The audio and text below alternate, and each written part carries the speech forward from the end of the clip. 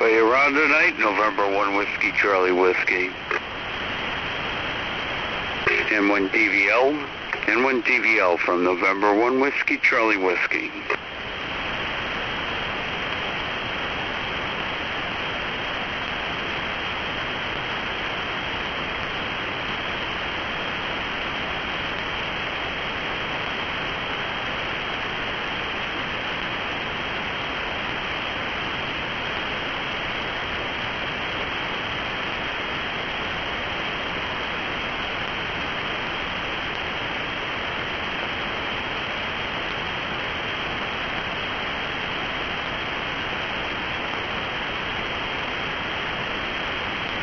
N1 DVL.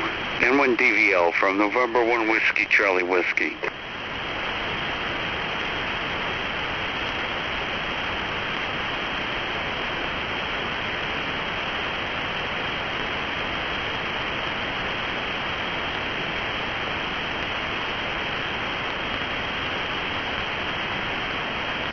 N1 DVL. N1 DVL from November 1 Whiskey Charlie Whiskey.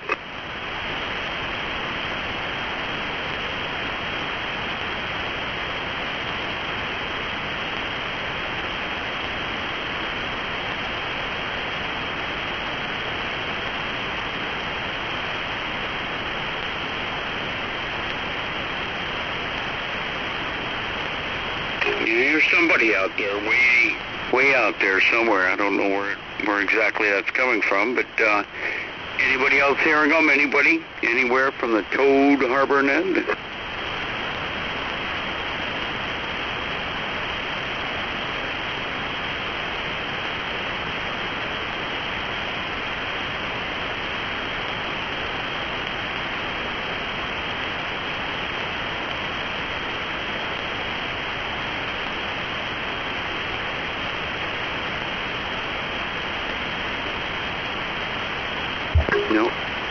No Toads available. November 1 Whiskey Charlie Whiskey.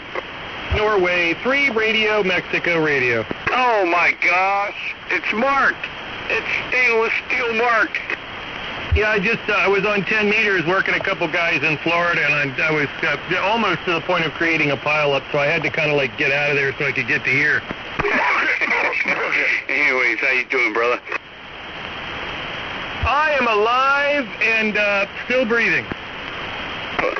Okay, well, hey, man, I'll tell you what, the signal's pretty good tonight, considering it's still light out. 15 over here. I'm just running 100 watts here, but the band seems to be pretty good. 15 over? Is that all? That is it. It might have went up a little bit, but I'm on an old boat anchor. I'm going back to 10 meters. No, I don't blame you. At least the guys a mile down the road will tell you you're 30 over. Yeah, well, 10 right now. It's real, it's almost one way. They say they're all hearing me 5.9 and everything, and they're coming back, and there's a long, slow fade. So it's like they're there real good for about 30 seconds, and then they just fade off into nothing. And you're trying to piece it together, you know? W2KRY. W2KRY. Go ahead. Marcus Caparadius and Dennis, how you doing? Evening. Yeah. Well, you got to remember, hams lie an awful lot. At least that's what I find. I find that they lie. Everything's 5NN, 5NN, 5NN. I don't know why. Ask him. I think that was Chris.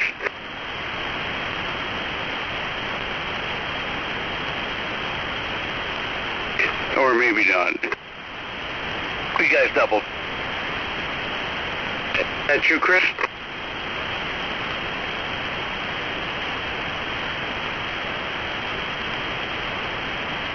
Well, it looks like tomorrow we're going to get just crushed with bad weather.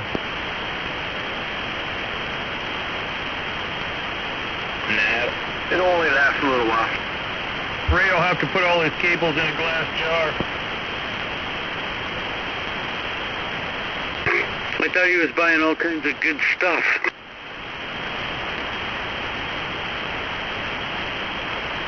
Now, if only we could come up with a way to, harness the power of lightning.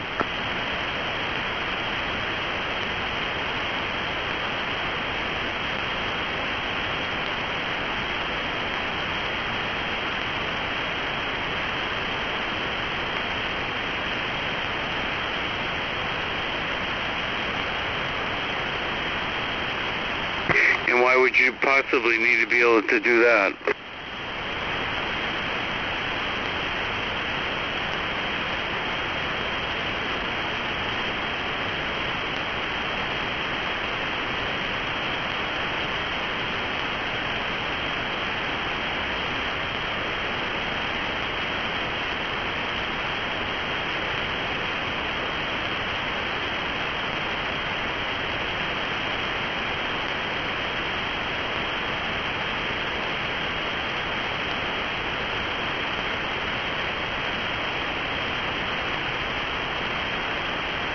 Over.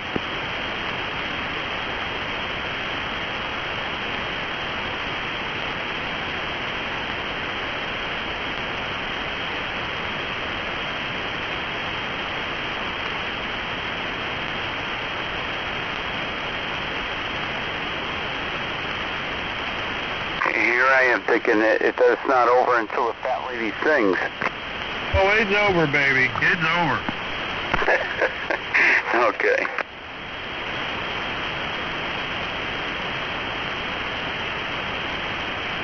Is there somebody in there talking? I got somebody that's way out there, but I don't know exactly who it is. And then the other station that was in there, I don't remember the call. Anyways, November 1 Whiskey Charlie Whiskey. It's almost like I can hear a faint whisper or some kind of low-frequency audio going on in the background. I thought I was hearing a conversation there for a while. Yeah, but I'm radio handicapped until at least probably about 8:15. Okay. Between the streetlight starter and the atmospheric and conditions, I'm kind of deaf for a little while here. All right. And who is the other station? For some reason, I thought that was Chris. W2 KRY. Oh, KRY. Yes, sir. Trust me, it doesn't take much to confuse me. No problem, Frank. And I'll tell you again, just in case anybody new, come on, 10 meters is open. What's 10 meters? It's a very short wavelength, driver. Wink, wink. I wouldn't walk 10 meters to a fridge for a beer. That's 30 feet. You wouldn't walk 30 feet for a beer? No. Well, why don't you get your... no, I can't say that on here. Why don't you get your significant other to walk the 30 feet for you? Exactly. You male chauvinist. Oink effing oink. Oh, my goodness.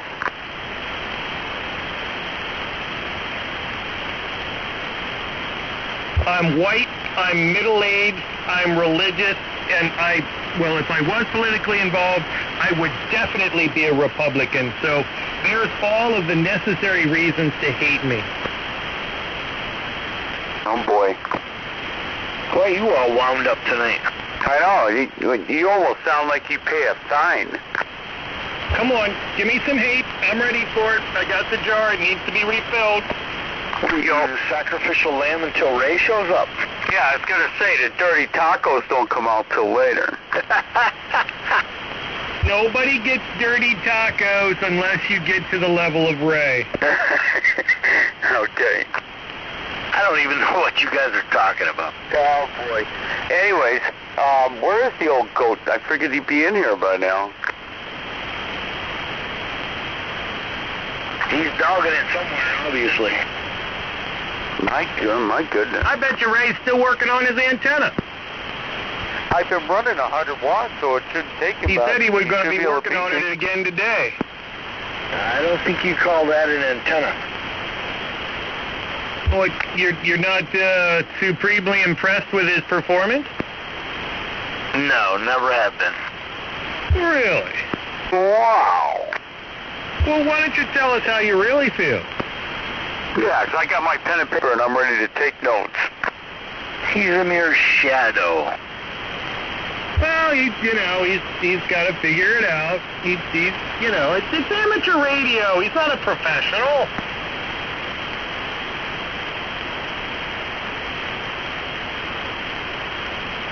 Never mind the fact that his best buddy's, 50 over 9 and 20 dB stronger than him every night and whooping his butt on a regular basis. I mean, why would you pay any attention to that? Stop confusing everybody with facts. Exactly. You guys are really trying to dig him out.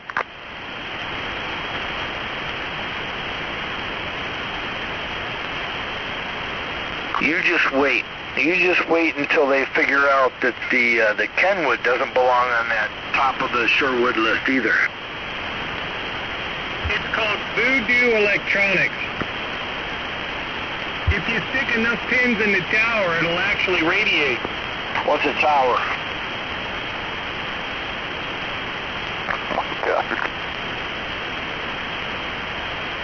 You keep talking about all this stuff I don't know about. It's all good in the Toad Harbor hood. I basically have my fan dipole laying on the ground here. Hey, he's working ground wave. More like groundhog wave.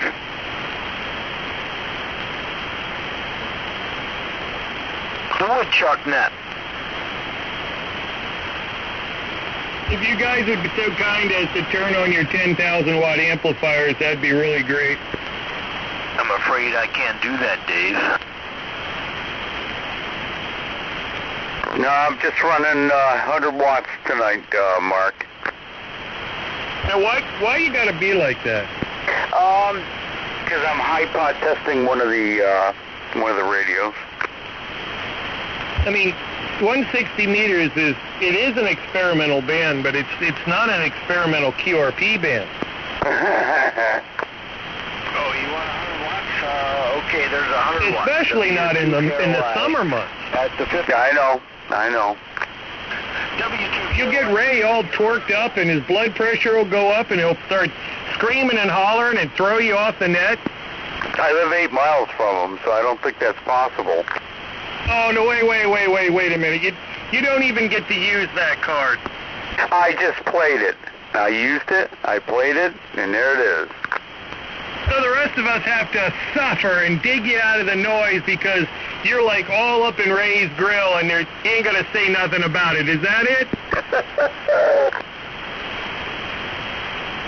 That's what I'm talking about. 100 watts. All right, well, if you guys need to kick me off, I can go. Go where? Where else would you go? I go upstairs. Oh, that's exciting. See, no one can hear 100 watts from here. Not while Mark's talking, no. You know what makes a girlfriend even more exciting when you're a ham operator? When you run line to her. Why do ham operators have more fun when they do it? Because they do it to their gigahertz. Nice. You do realize he went to church to figure all that out, right? Hey, I don't have to be smart. I'm an amateur.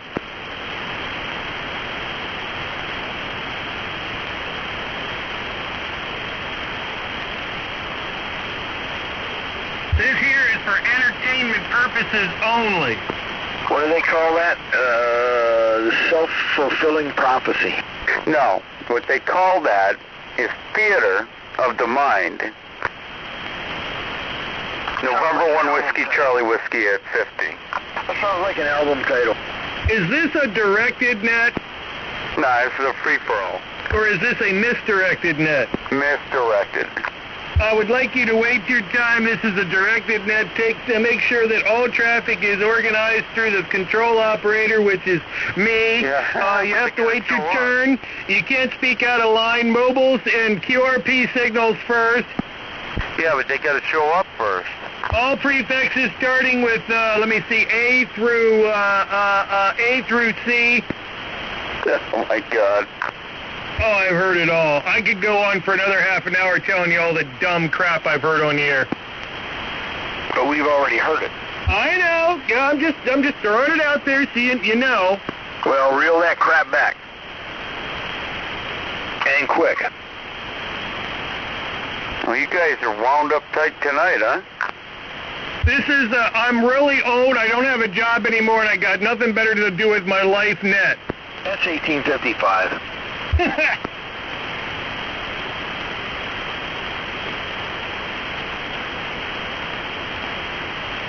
No, you guys are mentally exhausting just listening to you. Wait till Ray gets here. I've been dealing with him for over 30 years. There's nothing he can do that's going to bother me. He's been on the air for more than 30 years? I've known that man for more than 30 years. Good Lord and a quarter. Has he changed? No. Really? He's been the same way for 30 years. Yeah, I don't know. I don't know how long I've been licensed. So I think it's over 20, I think. I'm not sure. And people still talk to him?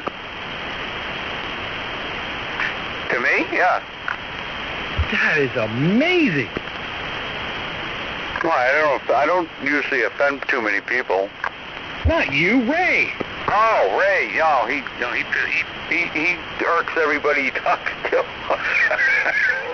Because the problem is they can't handle the truth. Well, I don't think it's so much the truth part of it, because he is pretty honest. I think it's the approach to the truth, you know. Well, you'll get that with anybody that has type A personality. Yeah. Yeah. The medicine's easier when the pill isn't the size of a Cadillac. When it slaps you upside the head. It's a lot easier when everything isn't Schadenfreude. Hey, there you go. There's KRY. I heard him again. He came in. I'm kind of getting to that point on 60 meters with the frequency I joined a couple years. I guess it's probably been almost coming up on a decade now, but in the morning I get on 60 meters with a group of guys, and I'm coming to find out that they are all pretty much of the liberal persuasion. And how does that make you feel? Well, they're really nice guys, but I just I don't go there with the whole political, and sometimes I do. I throw my ideas in there and kind of, I just sort of give a little, and here lately I've kind of feel like I've been, sort of backed into the corner, like on the little stool with the dunce hat on. Oh, that's not the dunce hat. That's the cone of knowledge. I find that fascinating how if you get a room full of people that are sort of liberally persuaded, that they all automatically assume that anybody that doesn't think like them's an idiot. That's what they've been taught. Well, I understand it. It is a perfect example of it works.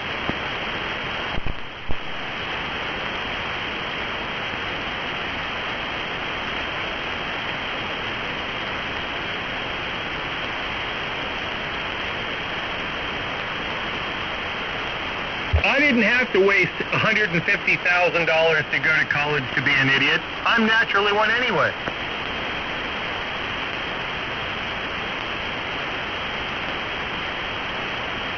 And 3 or more. November 1 Whiskey, Charlie Whiskey. WA2E. Oh, finally, a signal I can be proud of. Hi, Doc. Hi, Randy, Mark, everybody. How you doing down there tonight? I'm better than the average bear, boo-boo. How about you? Nobody here but us chickens. And they're all running QRP. Hey, Hey, I don't know why you got to be worried about QRP. Anyway, Doc's good over here. Thanks, sir. Your signal's big, broad, and wide and handsome. Doc's the first one to put my signal meter up in the red finally. Oh, you stop complaining. You know what's going to happen if I start getting on the other station. You know what's going to happen, Mark. You might turn your amp on? No, I'll turn the other radio on, and then you'll be pissing and moaning and all this, and then I'll have to listen to it all night, and you'll be comparing my signal to Ray's, and how Ray's 4 wires not keeping up, and oh my gosh, it'll be the end of the world. Wait a minute. I thought he only had 2 wires. So he's got 4 now? Yeah. What is he on? He's getting tired of getting whooped. I told him how to fix that. I mean, he told me what to do to fix my problem, then why don't he look in the mirror and take some of his own medicine? Well, I offered to go over there and put him up an antenna that would work, and he refused. You know what I think it is? I think he wants to be weak like that because he gets more attention.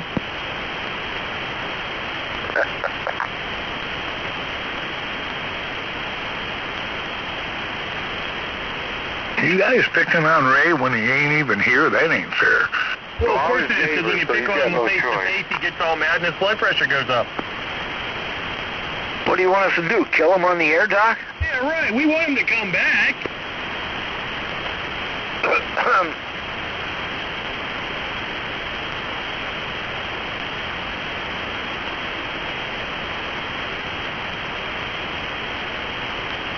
Well, let's see. What did I accomplish today? I accomplished digging holes and putting poles in concrete for the directive array. So I'm going to redo 2 of those support poles. Cut down a tree and trimmed that. Went to the grocery store, got a bunch of groceries, and what else did I do? Oh, I got to get out there and water the garden here eventually before it gets too dark. What do you have growing? Oh, God, what do I have growing this year? I got tomatoes, I got peppers, I got onions, potatoes, beans, peas, squash, eggplant, sweet potatoes. Oh, what else do I have out there? Oh, I got lettuce, cucumbers, strawberries. Hold on, there's something I'm forgetting. Columbia and Sentinel? Well, yeah, but how do you get that all on that little lot you live on? I don't live on a little lot. Well, that little lot I saw was a little lot. I live on a compound, brother. Yeah, well, yeah, if you consider the neighbors. I didn't say that. I got it growing and going on down here. What are you, part of a cult? Well, maybe. You got a problem with Colt? Yeah. Why? What problem you got with my cult? What's wrong with your cult? Are you kind of those Texan cults? I don't live in Texas? But do you act like one? I'd have to have a big coat with a big cowboy hat and a shiny brass belt buckle if I was a Texas cult member? Okay, just checking now. Oh boy, here we go. Someone's pinching a loaf. Can't I just be a regular cult member? I thought I smelled something. Yeah.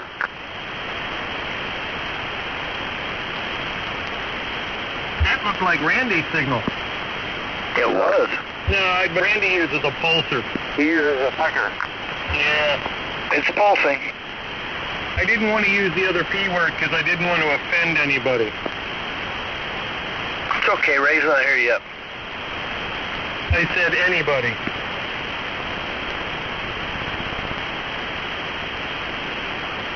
And 3 or more at the top.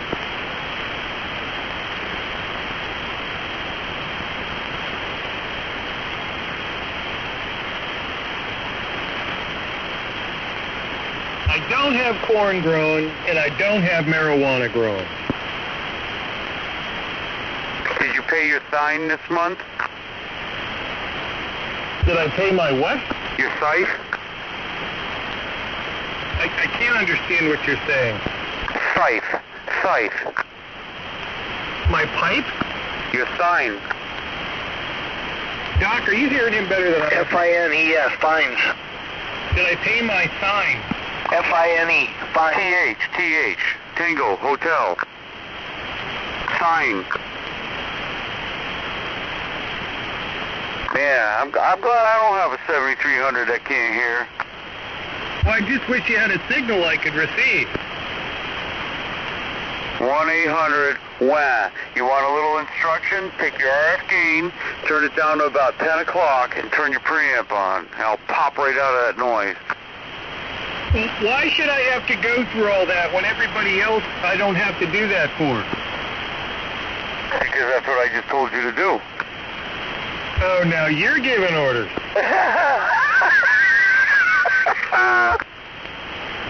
And you thought Ray wasn't here. Yeah, that's right. N1WCW. No, I'm hearing you find business, and I know you don't have a lot of power. Yeah, but Ray does it with an Italian accent. Well. Nah, that's not Italian. That's okay. I'll go upstairs, listen on the upside.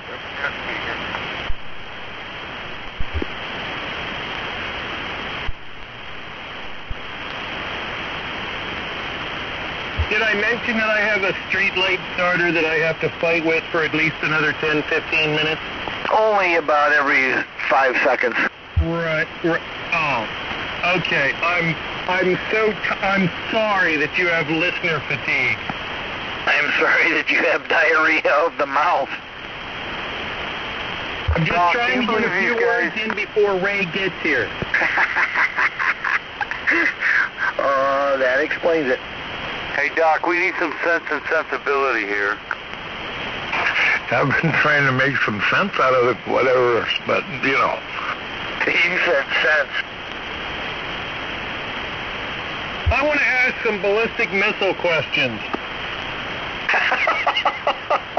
I gotta go. Why? He can't take it.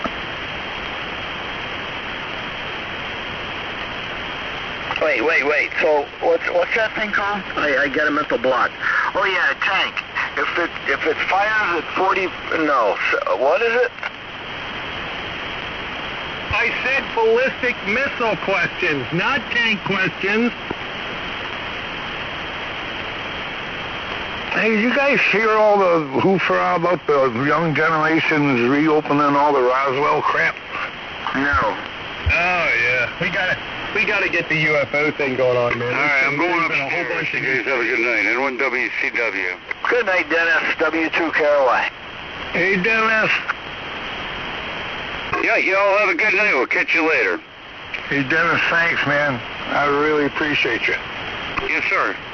From one military family to the other. And for the gentleman that got everybody involved, and it worked out great. You sound wonderful, Doc. It definitely. That works real good, man. I really appreciate it. Yes, sir. And you're very welcome. I appreciate it too because I can hear him. Yeah, well, I only had 100 watts. That's all you need. I'm only running 70 now. Of course, that's into the big boy, and it's putting out there pretty good. Oh, yeah, a little over 500 watts. Holy cow. What was that? Sounds like your rocking chair caught a cattail.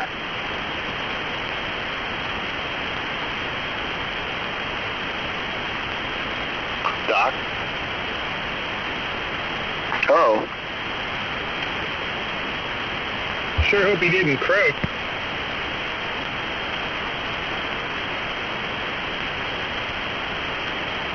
Sorry about that.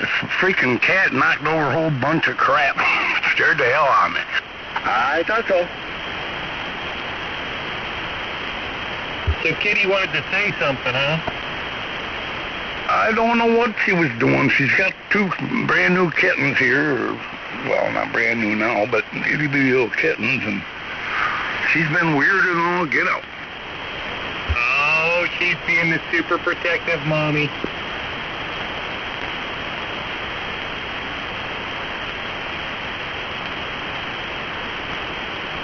Little little kitties, they got to be protected, you know. They're very curious, and sometimes they can get squished. Yeah, well, the weirdest part of it is the kittens are over there cuddled up with the big dogs.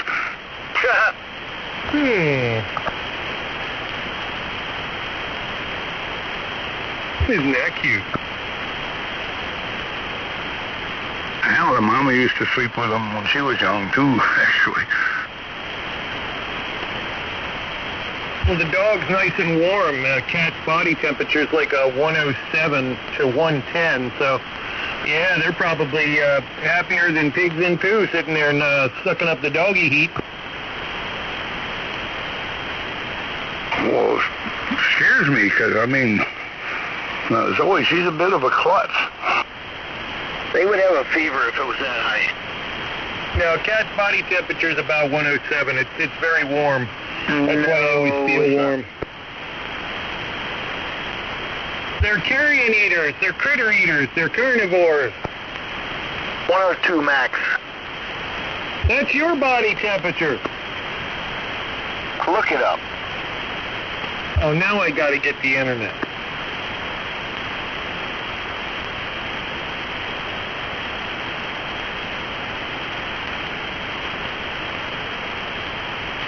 In fact, I think a dog's probably warmer than a cat. That's why it's a street dog night.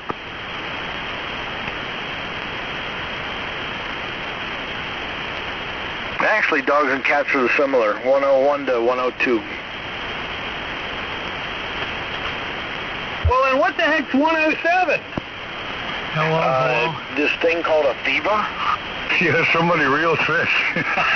At 107, you'd be dead. What am I missing? Oh, well, thank God, it's about time. Gotta go. Well, I don't get in here until late anymore because nobody's ever here. You know, I've been having to carry this thing with nothing really important to say now for over a half an hour. Well, if you have to carry it, then everybody's in big trouble. Yep. Exactly. And since you don't have a computer or a telephone that I can call you on, I have a telephone, but that's a secret phone number. We'd have to kill you if I gave it to you. right? So what do you know about all these really super recent UFO sightings that are happening all around the world? What are you talking about? You're not aware of that? Aware of what? I didn't hear what you said. Well, there's been a whole outbreak of real recent UFO sightings all around the world. I did not know about that. Oh, yeah, man, it's all over the net. There's Cool. a bunch of college I'll go out and kids look reopening the Roswell incident, too, there, if you didn't know it already, Ray. What about that, Doc? What about the Roswell thing? There's a whole bunch of college kids and stuff doing all kinds of experiments and research.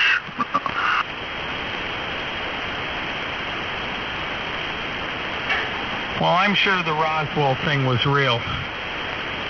Oh, there isn't any doubt. But, there was all the cover-up, and these kids are going through all the old evidence and stuff and trying to pull something out of it. I don't know. Okay, so we'll finally prove that we're being visited by alien cultures from another planet. Well, when this happens, then what? We're going to all go crazy. We're going to go insane. We're going to jump off of buildings, bridges, shoot ourselves. It's going to be awful. And we would do this because that's what the government says is going to happen. Well, the band is in really bad shape tonight. We were hoping to check in, but we got a noise level here in Albany of 25 over, so we're going to check out. And hopefully tomorrow night will be better. We'll say 7-3s from Albany. This is KA2 EXB. Why don't you go through your house and see if you have you don't have one of those battery chargers on a battery, do you? One of those maintaining chargers?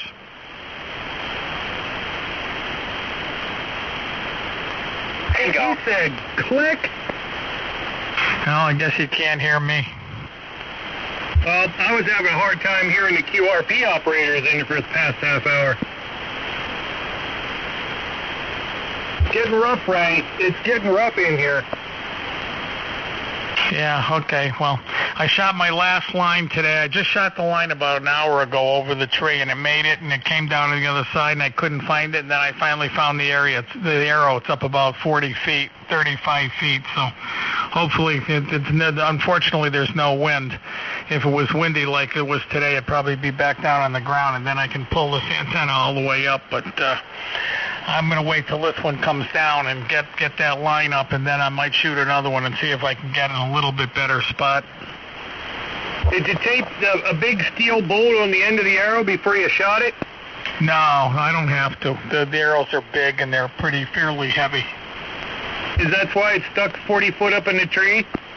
Well, there's no way it's going to come down because it's over the tops of the trees, so it's laying on the whole top of the tree, so it's got a lot of surface area. So you just got to wait until the wind blows, and then the arrow will come down.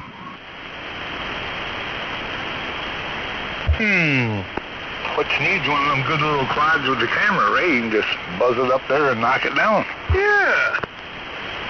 Well, I'm going to, like I said, when I get this line across, I'm going to run the big line up and over, and then I'm going to shoot another line, and if I can get a better spot, it's a little bit, it went over one tree and then it's into another tree, but it didn't go over the power lines. That's the important thing. So tomorrow I'll shoot an arrow straight, once I get that line up and working, I'll shoot one almost more straight up, and hopefully it'll come down right where I want it, and I'll use that one. But this one's good enough for now. I just had to wait.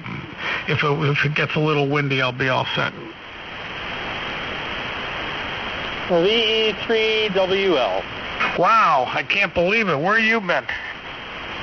Oh, I've been working, and I was up at the cottage and came back late Monday night and doing stuff around here. Good evening, Ray and Mark, and whoever else can hear my lowly signal from Canada. Happy belated Victoria Day, W2KRY. So how's the new 101 working? Did you get it yet? No, I'm not buying any new radios for a while. Oh, did you see that test that Sherwood did? Yeah, I was very impressed. That's cool.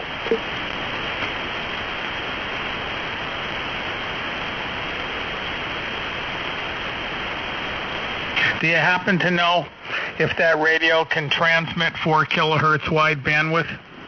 It cannot at this time, but neither did the 3000 when it first came out. They came out with a software update later on to enable that. I would expect that they would probably do the same thing eventually. Yeah, well then why didn't they have it 4KC right from the beginning? Maybe it had something to do with FCC approval. I don't know. Well, that's what I was thinking too, but then the Kenwood I have has approval and it's 4KC. Yeah, I don't know. I've not seen anything on it, but that's what they did with this radio when it first came out. It was it wouldn't do the 3 or 4KC, and then they had a software patch that enabled that. Yeah. Did you see the road test in QST on the 890? No, I have not seen that one yet. Okay, well, they did it this month, so if you get this month's QST, you can read about the test they did on the 890. Yeah, hold on. Okay, go ahead, guys, pick it up. Did we drop it? No, just, whatever. If you're ready to talk. Now I'm passing traffic on different frequencies while I'm simultaneously here.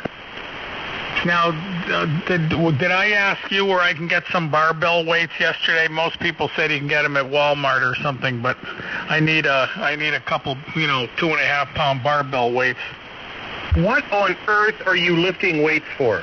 I'm not lifting weights. I use them. I put them on the end of the line. Once I get the big line over a tree, I weight it with a 2.5 pound weight.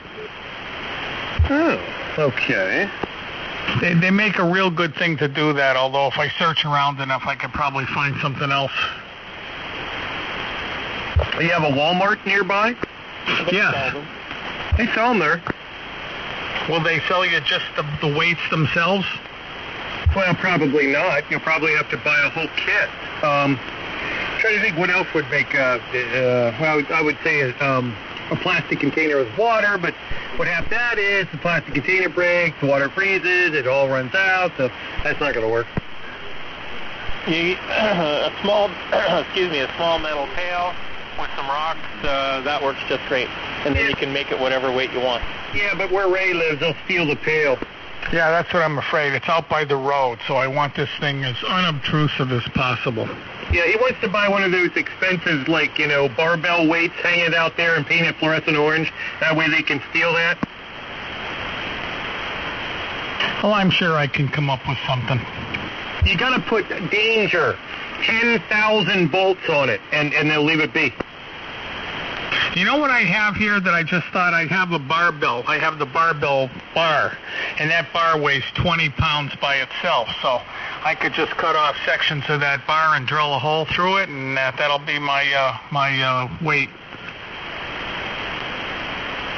I'm just wondering why it's taking you like a whole week to get this antenna done.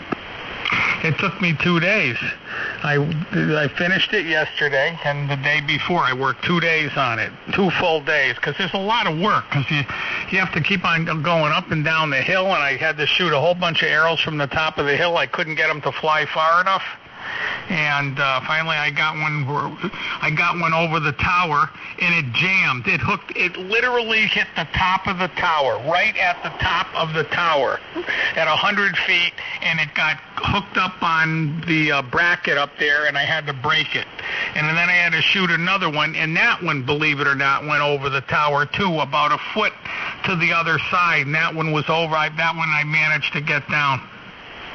So let me understand this correctly. You got a 100-foot tower, and you're not loading the tower up for this band? No, because it's not it's a, what do you call it? It's a, crank-up tower. So there, you could do it. You'd have to run wires up and down the tower, but no, I don't want to run a vertical. Maybe one of these days I'll do it, but not now. Are you putting your cross antenna back up? Yeah, the cross is back up now, but the one leg is only, it's not even. It goes right down to the ground on one end. It's below my driveway level on one end. Three wires are up where they're supposed to be, and one's down real low. Only, it starts at 100 feet, but it ends below ground just about. That's the one that's probably making your inductor go high. Yeah, that could be some of it. Of course, the trees probably do it too. But, yeah, the inductor's still up at 206. But, of course, that one is real low. Once I pull that one up, I'm sure it'll come back a little bit. How much power are you running right now? 1,500 watts. Okay, yeah, because it's early. It's very early for you to me, and you're, climbing up to 10 over. Yeah, I haven't really seen any improvement with Tom out there. Tom way out towards Ohio. He was lower than normal. But Bruce was brutally strong. And the same thing happened last time. I went from a 2-wire to a 4-wire, and Bruce and Steve up in Vermont are much, much stronger. And Bruce was on last night, and I was hitting him like 55 over 9. So for some reason, the 4-wire works better going towards Rhode Island. You are currently 25 over 9. Yeah, okay. Well, give me, like I said, let's see what happens in a while. And tomorrow, if that arrow, the wind blows, starts blowing, I'll probably get that arrow down. Like the wire's coming off the tower, the one that goes to, that one's going west, and it's right even with me, where it crosses the window right here. So it's about maybe 10 feet away, maybe 12 feet away, and it's probably about 15 feet off the ground right here. Hey, Rick? Yes. Go ahead. Who was calling? Well, I thought somebody said Ray. Somebody did, but then he didn't come back. Oh, okay. Well, when you did your antenna originally in the cross, you came up to me as well. But again, I'm vertical, so I would expect that, because with the extra capacity, you're going to throw off a little more low angle. Well, one of these wires is coming down on about a 45-degree angle, so that should hear you better.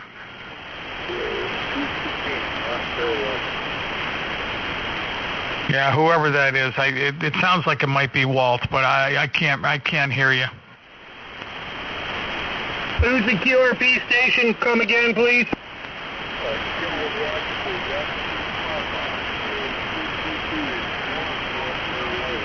K22P in North Kakalaki.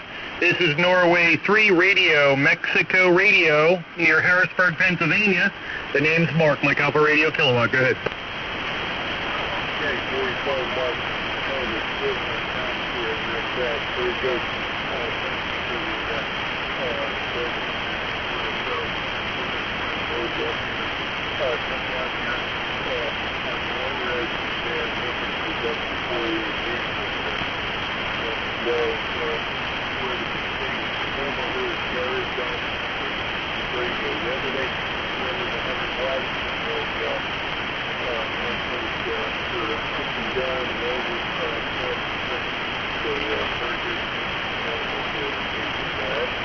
Yeah, okay, Gary, very good. You're touching 20 over 9 now. The band's starting to finally level out here for me. Usually takes to about, this time of the year, it takes to about now for the band to start acting normal here. So, yeah, you're doing a fine job on the up and down and over and long wire, whatever you call that at 100 watts. Go ahead.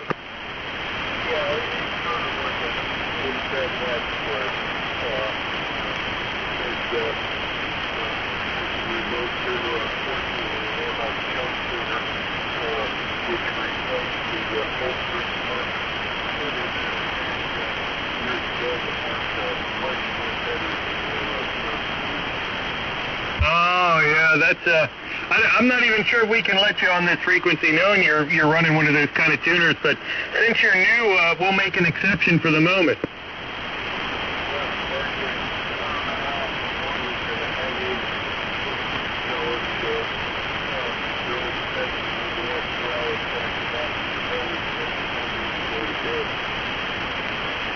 How long is your antenna?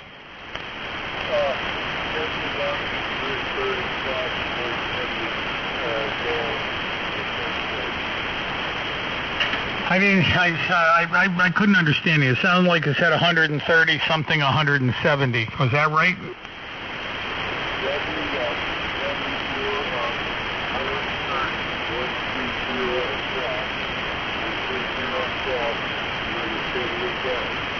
$70 up, $130 across, and $70 down. 70, 130, and 70. Is that it? That is correct. Okay. Now, what kind of rig are you running?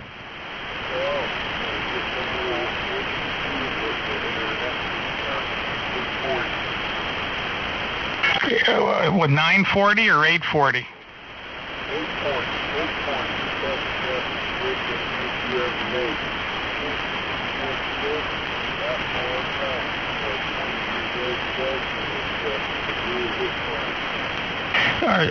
Do you have the speech processor on?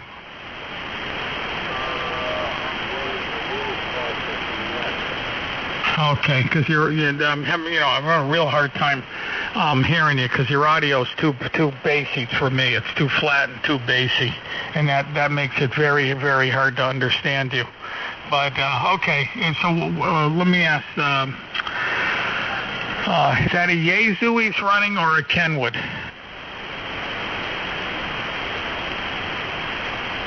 Yaesu or Kenwood, Gary?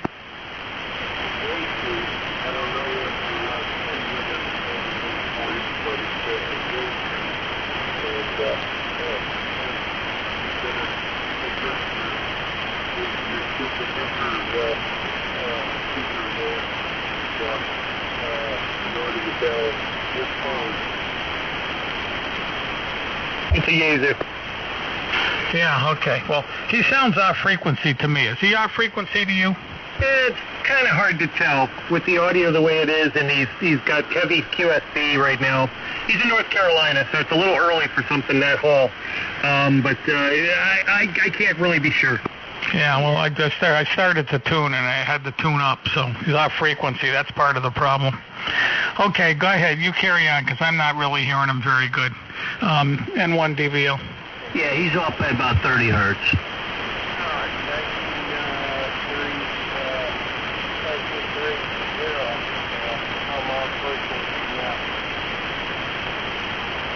Well, there's a whole bunch of guys in here. I think at the moment you're the furthest south, and everybody else but me is up in New York, Massachusetts, and Connecticut, and Vermont, and New Hampshire, and all northern bound. NJ 50.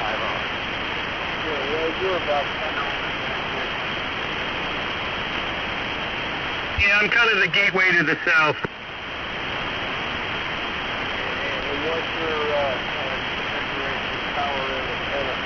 Oh, I'm running a 7300 ICOM, full wavelength loop at about 40-foot average and about 10,000 watts. Oh, boy. Unbelievable. All right, so maybe it's not 10,000 watts. Take a zero off. I'm running at least a full gallon. Yeah, very good.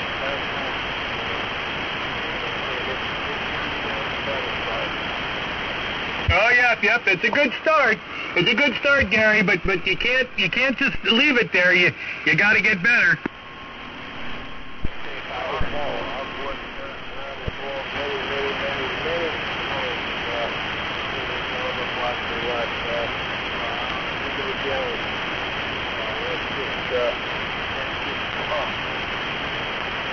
Yeah, but there's certain requirements on certain frequencies. Working worldwide DX is one thing, but if you're going to come to certain frequencies, there has to be a met requirement.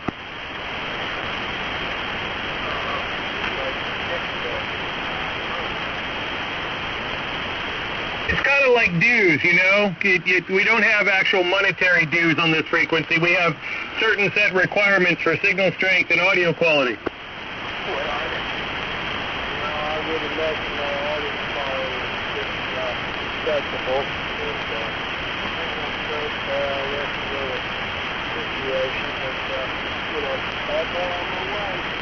You're on your way, Gary. Don't sweat it. We hear you. You're coming in from North Carolina pretty good this time of the day. So, hey, Ray. Yes, go ahead. How we doing? Good. Who's this? Oh my gosh. Well, so you got to say more than 2 words. Oh my God. Who is it? You, Mark? Yes, it's me. Have you been paying attention or what? Yeah, I've been paying attention, but you just said 2 words, and I didn't. I wasn't sure if it was you or not. Smoking them doobies. Yeah, I'm starting to think that maybe he had his prescription filled today. No, not me. Now you know why he was late. Well, Ray's kind of a little bit sun-fried right now because for the past week he's been working on getting his antenna up. Little bit of chicken fried. Working on getting his antenna up, okay. Working on getting other things done, well, maybe a member of the 70 Plus Club. Oh, he's definitely a member of the 70 Plus Club. Not quite. The way you act sometimes you are. Well, I got another month or 2, then I'll be 70. It depends. It definitely depends, especially if you gotta go to the bathroom. God bless the food. Hey, at least I do my own antenna. I don't go buy one from G5RV. Or a B&W, or a Cobra, or Same. Yeah, this one should be pretty good when I get that last wire up on the top of the tree. It should work okay. Hey Gary, why don't you put up a dipole? Do you have size restrictions on your property or something there you're dealing with? No. Don't mark my antenna here. It's worked 5-band DX many times over. It sent me up 130 crops to move 70 down. We're fed with the home brew right now and then my junk food, which really stinks. But don't knock my wire. That's good for all guys with the off-center dipoles and all that crap. I've got a working combination for them. Is it fed with coax cable? And if so, how long's the cable? The cable from the ground out to the tank is back, and then it goes into to the can. So it's not dependent on anything else but coax. I couldn't understand one word he said that time. I got a word here or there. How long's this coax cable, Mark? It said underground. It's coax cable, and Gary, what's the length of it? Probably about 70 feet or so. 70 feet or so. Yeah, he's not getting any loss on that. All this rapid. How long's it been underground? 70 feet underground. How long has it been underground, Gary? Oh, now you're pressing. Some of the latest and greatest coax about 20 years ago. Oh my God. Did the return up on it with MFKS over the operation. I'm not supposed to be good. So I'm not worried about when I'm working with the coax. Okay. Yeah, you said about 20 years there, right? Yeah, lots of that. Now that explains everything. Okay, that's good. Unbelievable. And that antenna just works perfect. Yes, sir. Amazing. Has it ever occurred to you that as that coax cable degrades more and more and more, the SWR just keeps on getting better and better and better? I certainly understand where you're coming from, but at this late age, if I can put up, build up, and whatever, I don't care. He's already got DXCC 5 times over with the antenna array. I mean, why should he bother? Well, I mean, that's not the point. The point is to have a good signal, you know. Maybe 20 years ago he had a great signal, but if that thing's been buried underground for 20 years, there's nothing left of it. It's just a rotted piece of junk. My God. I put up I built some twin lead feed line a year ago from THHN. I bought it brand new from Home Depot, and when I checked it out this year, I stripped it back, and the wire was all brown. Okay, it's only been up for 1 year, and it's not underground. I can't even imagine having a piece of coax buried for 20 years. I think you better dig that up and get the burial coax that's flooded. It's flooded with a material that keeps it from rotting, and maybe stick a new piece of coax under there. I think that would be a really wonderful idea. I don't have any issue with your antenna. I think that antenna is fine, but anytime it's fed with coax cable, and especially if it's buried, I have real serious reservations over that. Okay, go ahead. Anyway, I'm gonna go ahead. You finish up here, Mark, and I'll just be listening. N1 DVL. Yeah, I believe standard coaxial cable for amateur service. I think above ground is rated for 5 years, and if you put it underground, it's probably rated for 2 or 3 years, and you really should check on it. That doesn't necessarily mean that it goes bad in that period of time, but you really should check on it because I have a buddy that lives across the river from me that he buried his coax only a couple years ago, maybe 4 or 5 years ago, and we went to strip back some of the coax that he had running through that, and the entire tube that he had buried and running all the coaxes through was completely flooded with water, and the cable was just a mess. So the other thing I was kind of curious about is you're feeding that with coax, Gary. Are you running a balun or anything, or are you just directly feeding a coax shield to ground and center conductor to the end of the wire, or what are you doing there? Just curious. This is what we're doing.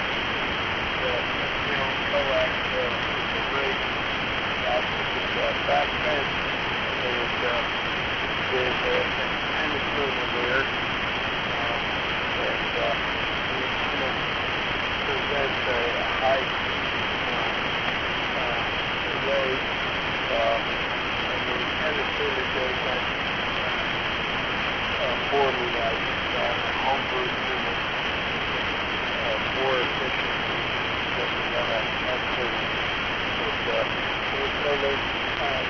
The other thing, twin years in the grass probably minimum really safety system. Yeah, yep, I understand, not a problem. Yeah, you probably have a little bit of degradation on the coax. You might be losing, I don't know, 10, 15%. It'll get worse as it gets older. You'll definitely know in a period of time, after a while, things will start getting really wonky. It might be time to pull that one through and pull some new coax through and reconnect, and you might be surprised. Things are probably a lot better. Well, we're going to have to wait till we most parts to be done and everything, and by that time I might be dead, 70 years old here, so, I'm enjoying it. Right, yep, understand 100%. Yep, you got to do what you can do when the weather allows you to do it. I was out there doing some antenna work today myself. It was a beautiful, beautiful day here in Pennsylvania today. Now, tomorrow we're going to be crushed with heavy, dangerous thunderstorms.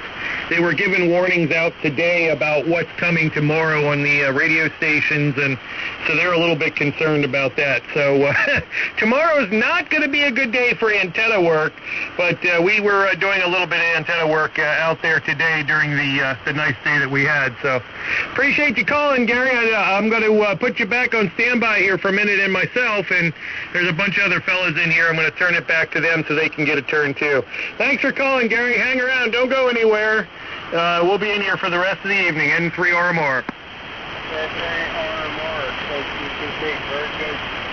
We'll be in here. We'll be listening. Very good. Lots more comments for that time for the other station. We'll be standing by. KQTP in Durham, North Carolina.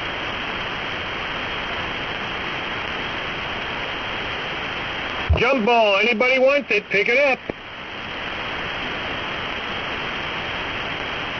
So I don't know. Who else is in here? Anybody else new came in? Hello?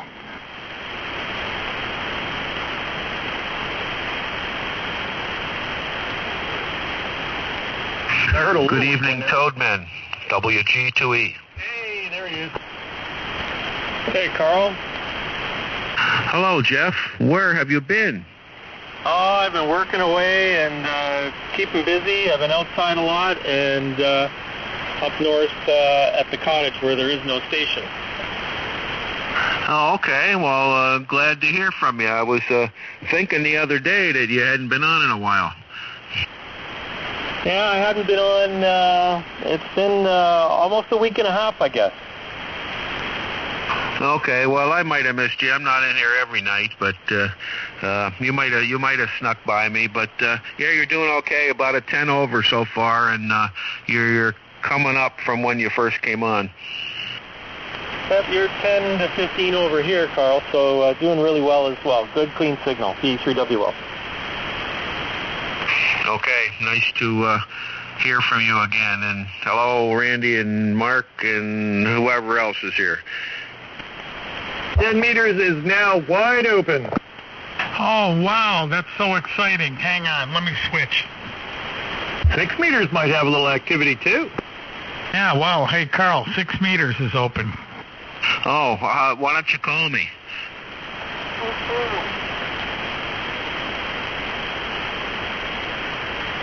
How's those cross dipoles work on 6? Oh, I don't know. If you had a beam, I probably could hear you okay, I would think.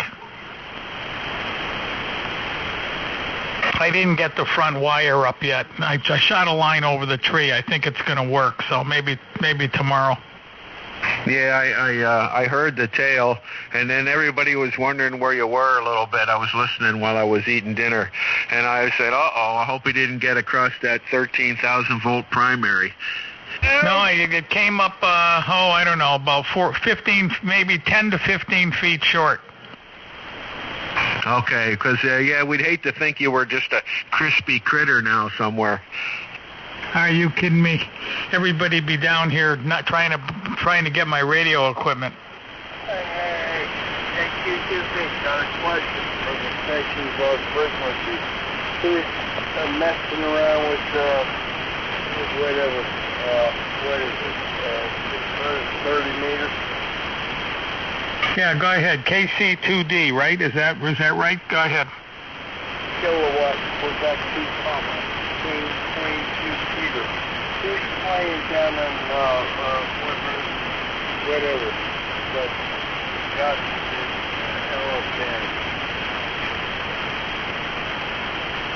Well, you said you had a question, right? Yeah, it's on that band. I'm having a very hard time hearing you or understanding you. Say it again, please. Who is on the LF band, 630 meters? He wants to know who's on the 630-meter band. Nobody I know. We were talking about 6 meters. Yeah, we were talking about 6 meters, not the 630. Yeah, I understood 6 meters. I'm just curious whether anybody was down there playing with this LF stuff. I think there actually is a few experimental stations down there, but it's CW only. QRP, I think it's only allowed 1 watt, and the antenna requirements to even be slightly efficient are so large that it's out of the grasp of most hands. Yeah, well, you're mistaken. They're doing FCH, they got the FCC down there already. FT8, no, I said amateur radio. I understand. Birds of a feather. Okay, back to you, Ray. Yeah, okay. Well, anyway, so there's why we need the kilowatt rule. There it is, 2 guys in a row. You couldn't hear them. The band's just not quite long enough for between you and him yet. Yeah, but he doesn't have good audio either. You know, but neither one of them had good audio, and the guy down south didn't want to hear it, it seems. So, you know, I don't hear. You're just never going to be able to hear him. I mean, it's actually quiet tonight. He has a shot, but Christ, under normal conditions, no way in hell you're going to hear him.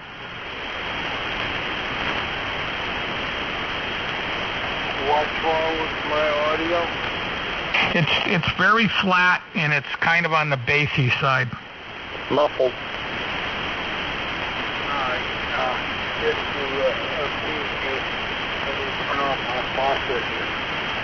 Well, that ain't gonna help. You want to see what here? Here, watch this.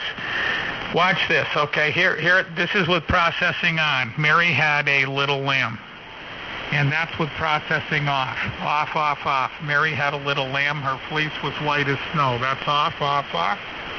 And that's back on. Mary had a little lamb. You really want to turn the processor off?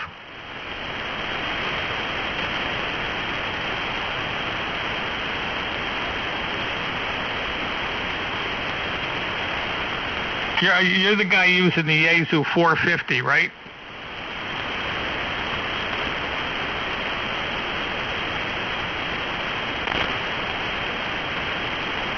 Well, must have pressed the wrong button.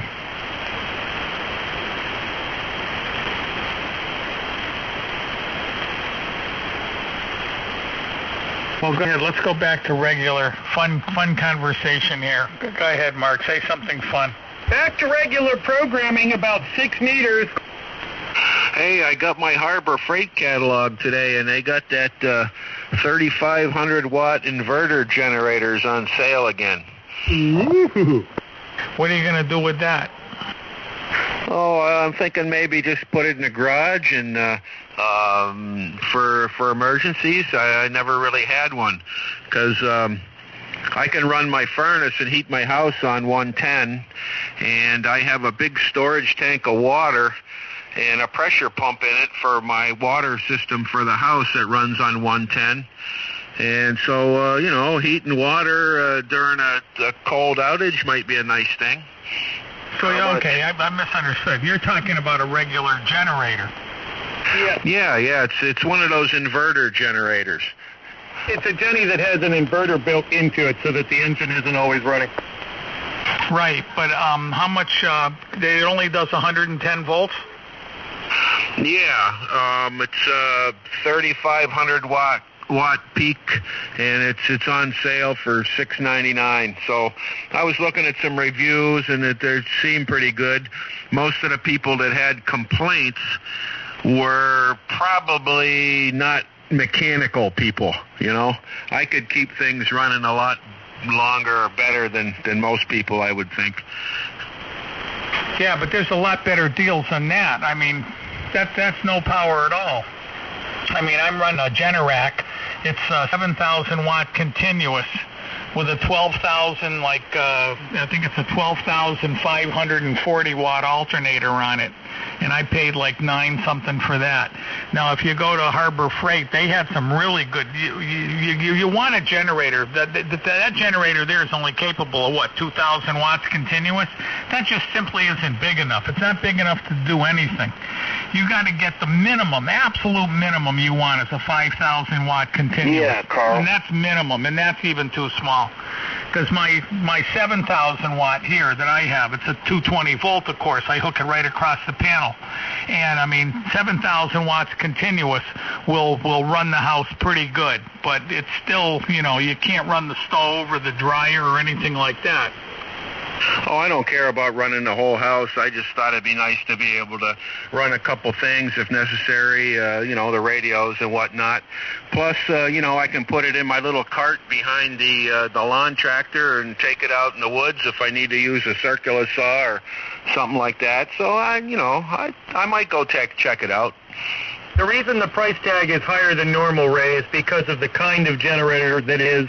It's got the inverter thing, which means it uses much less fuel than a standard generator. And oh, by the way, it's 40 pounds. Exactly.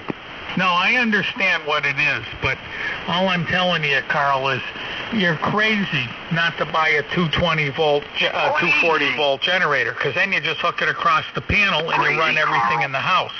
If you're running 110, if it's just 110, how are you going to hook it to the panel? You can only hook it to one side. And you'd have to reset up the panel to make sure everything you need to run is on the right side. I don't want to plug it into the panel. I just want to be able to take a lead cord and run it upstairs and run the refrigerator or go to my furnace or whatever. I don't really want it hooked up. If I'm going to do that, then I'll get a transfer switch and a real generator and do the whole house. But okay.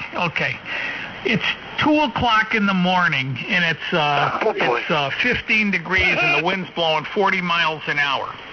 Okay, the power goes out. Now the first thing you got to get going is your heating system. How are you going to hook it to your heating system? I mean, are you gonna make a plug? Are you gonna put a plug on your heating system that'll plug right into?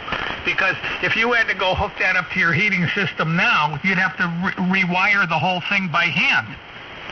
All I need to do is cut the wire and put a socket and a thing on it, and I would have that ready. But if something happened like that, I would just light a fire in the fireplace and worry about it tomorrow. That's not going to keep the house warm under those conditions. Your pipes are going to freeze. If it's a 2-floor house, the pipes upstairs will be frozen. You can't do that. I just tell you, think about what I'm saying. Buy a 240 volt no matter what. You just hook it across the panel and you energize everything in the house.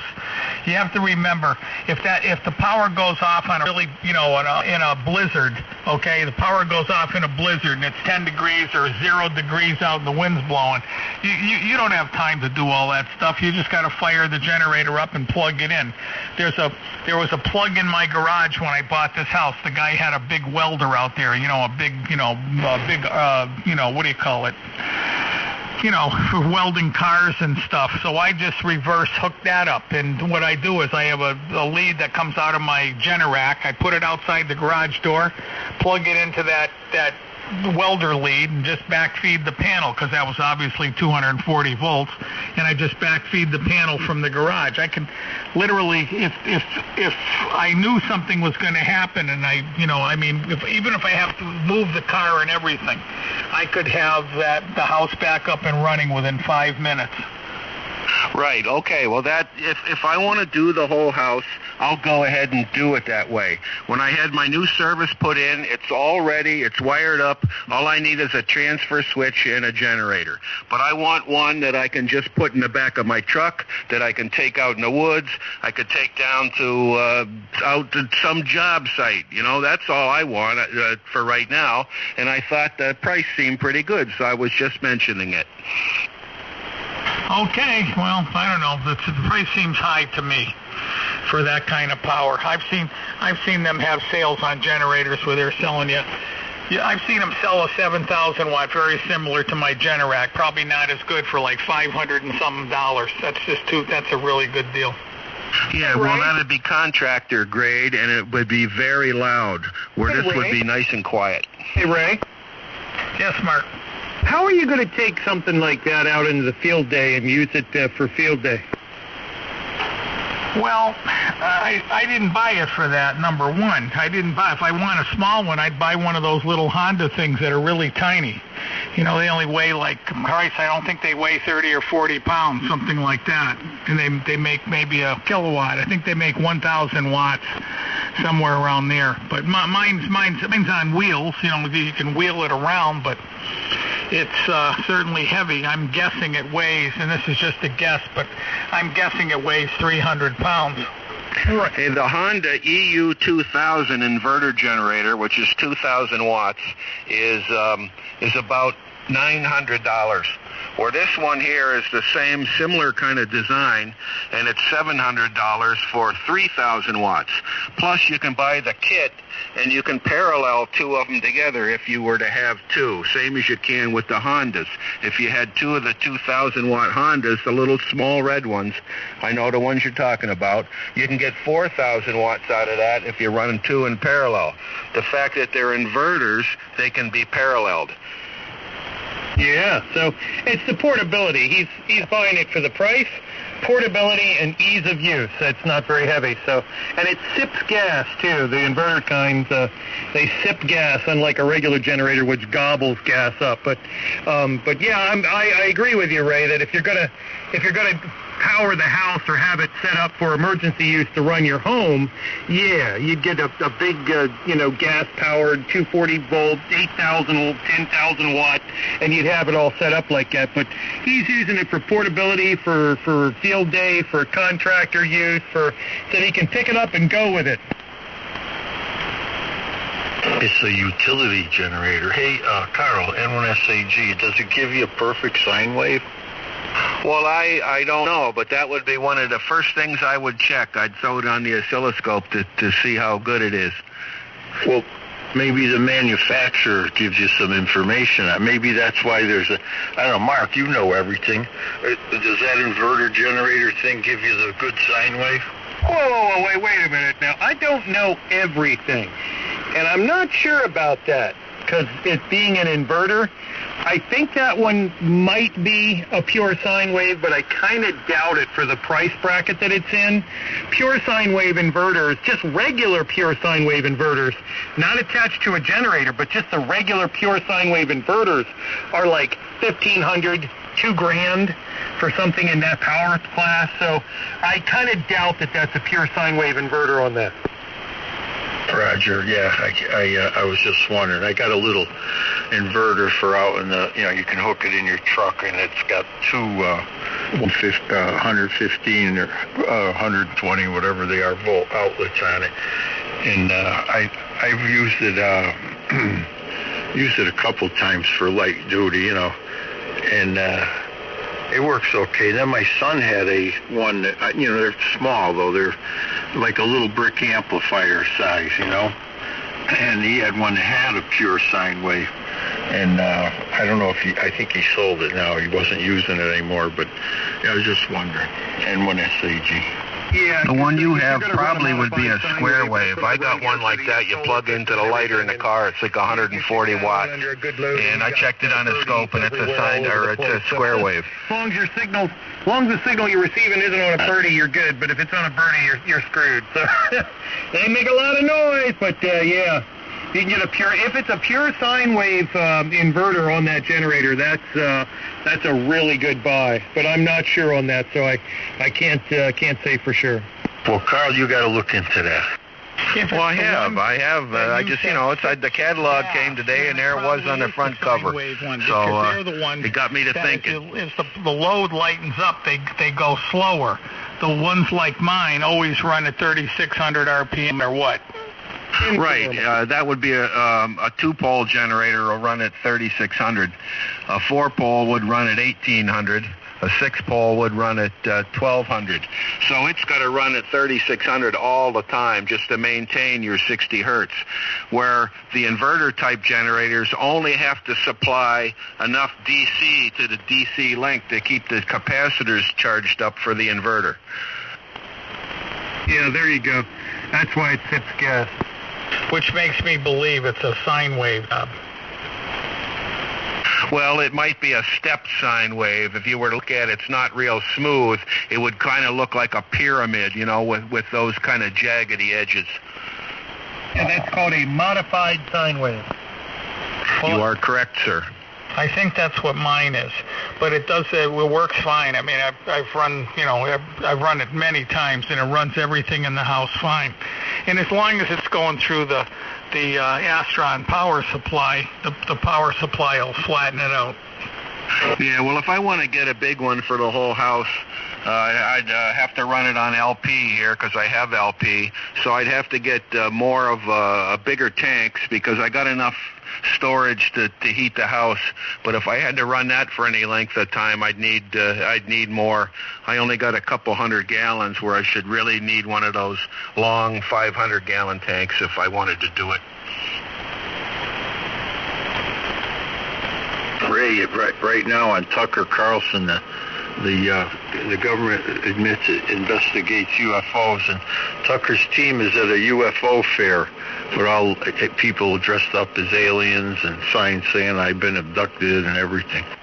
Oh, I missed it. I'll watch it later. I'll watch it when it comes on at 11. I want to watch that. So, did the government say the UFOs are real yet? Well, they had a picture of something going through the sky.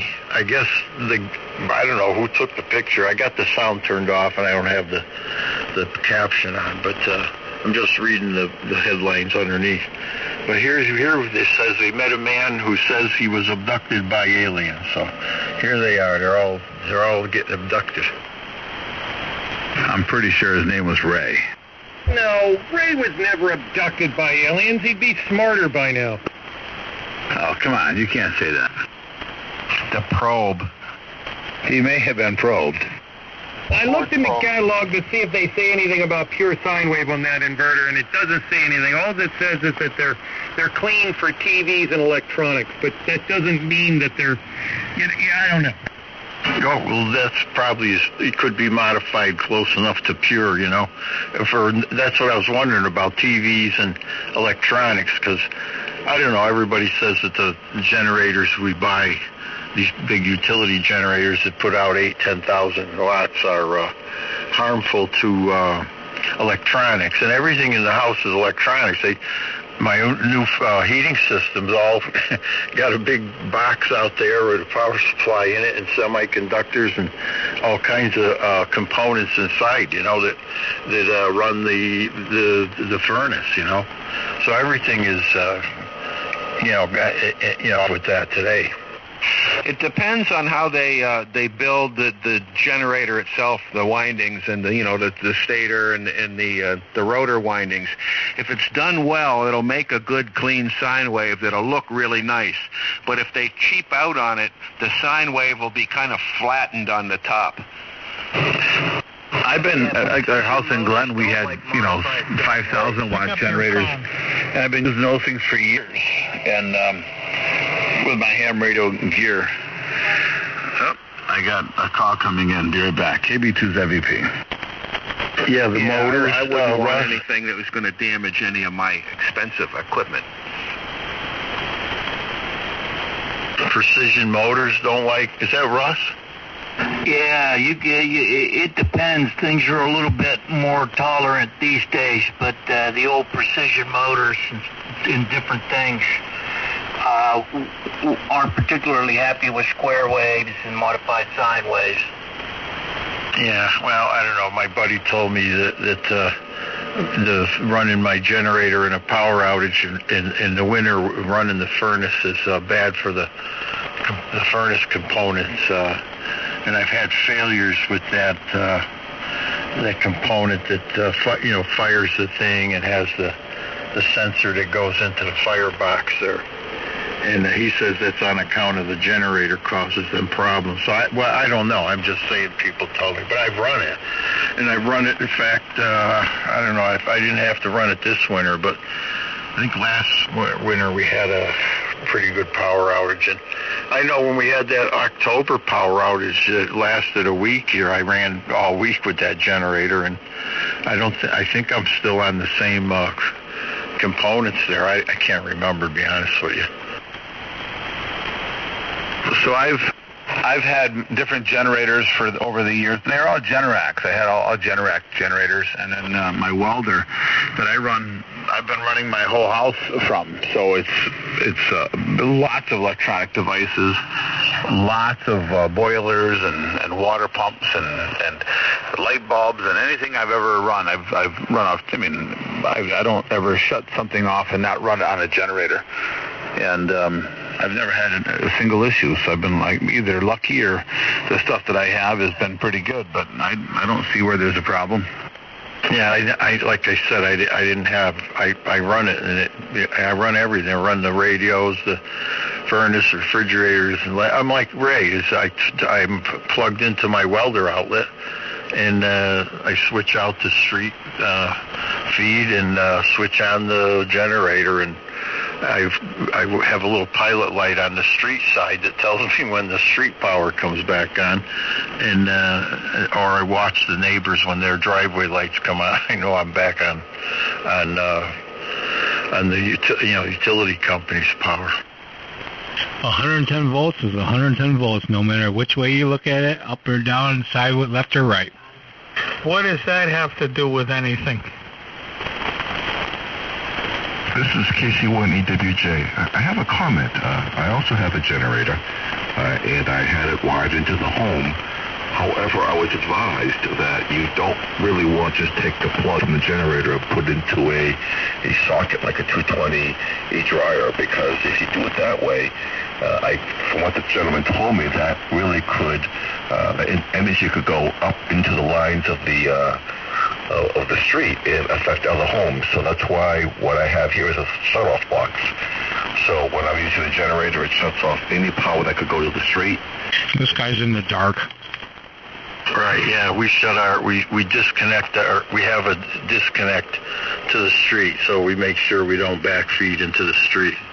Yeah, it's called the main breaker. You can shut off your main breaker first, and that does happen. Your friend is right, and that's happened many times. Somebody's plugged into a welder or a dryer and forgot to shut off the main breaker, turn on the welder, and somebody can get a shock for sure. So yeah, you're better off with a disconnect like you have, or just shut off your main breaker. It'll do the same net result. I think KB2's MVP. And to Aquawisk, Mike. And yep, one of my dear friends was killed by one of those guys that thought they had it all set up, and he backfed the grid there, and my buddy was on the line there working, and voltage back there, and yep, my friend is gone there thanks to one of those guys like that. And to Aquawisk, Mike. Yeah, that's bad. Yeah, Carl said something. What was that, Carl? Yeah, just turning off your main breaker and backfeeding one of your outlets with a generator is not entirely legal. The way to do it is with a transfer switch, where it's a double pole, double throw. The ground is switched and everything, so it's either taking power from the generator or taking power from the outside. And when you're in the generator position, the outside is 100% disconnected. Yeah, that's what I had done. Electricity came in for a couple $100. He put in that sort of a switch, one way or another. Yeah, and it could be manual or automatic, but that's the way it should be. Yeah, that's how we did it at my dad's place, but I've always just disconnected the breaker. Maybe I'm a lawbreaker, but so far it's worked, and I certainly would never, wouldn't the potential for killing somebody is still zero. Anyway, change of subject. No, we're not done changing the subject there. No, it's that's what happens there. There's a lot of that going on there, and people don't realize that, you know. 90% of the people in the world are too stupid to have a generator. It's that simple, and that's not an exaggeration. You're just mad because some people use a generator in their association. What the heck? You'd be surprised. Some people use a generator in their house. Yeah, how about those people who die of carbon monoxide poisoning because of generators in the basement? And I know that happens because they're always got one on the TV every time there's an emergency. They put the same thing up there, don't run your generator inside the house. And sure enough, you get one or two people every natural disaster that die because they had a generator inside their house. And what we call that is natural consequences. Darwinism in action. We don't run the generator in the house because if we brought the generator in, there'd be no room for the charcoal grill. That's right. You got to have the. Well, what about the gas grill? Well, what about the kerosene heater? It's amazing how many people we lose doing that every year. It's crazy. Is that just a Canadian? Eh? Russ, I got to condone you there. Thanks for bringing a little smile to my face. Good evening, everyone. Well, Randy, I've been here for a while, V3WL. I didn't know you were here. Good evening. How you feeling? Much better. Still a bit of a cough, but much better. Elaine's doing okay? Yep, she's fine. She's down at a conference for the next couple of days for work. So, yep, she's doing very well. We came back from the cottage late Monday night. Saw a bunch of moose. They were everywhere. They're crazy this week. You know, I don't think I've ever seen a moose in real life. Maybe I've seen a small one time, but it wasn't long enough to know that it was a moose or a big deer off in the distance. I had an angry moose chase the Dodge Monday afternoon. Seriously? I am serious. He wasn't angry. He just wanted to take a ride in the Dodge. He wouldn't have fit in the back. Oh, really? Is it because it was a Dodge? Sorry, what was that, Gary? Is it because it was a Dodge, you think? I don't know. He was probably jealous, envious.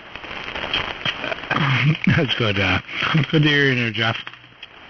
And you too. Yeah, we were came around a blind corner, and there were. It's funny. It's a 2-lane highway, and idiots will stop and park along the shoulder to see a moose. It's a big deal for some people, I guess, but they, there were 3 cars parked with their 4-ways on, and so we knew there was something there.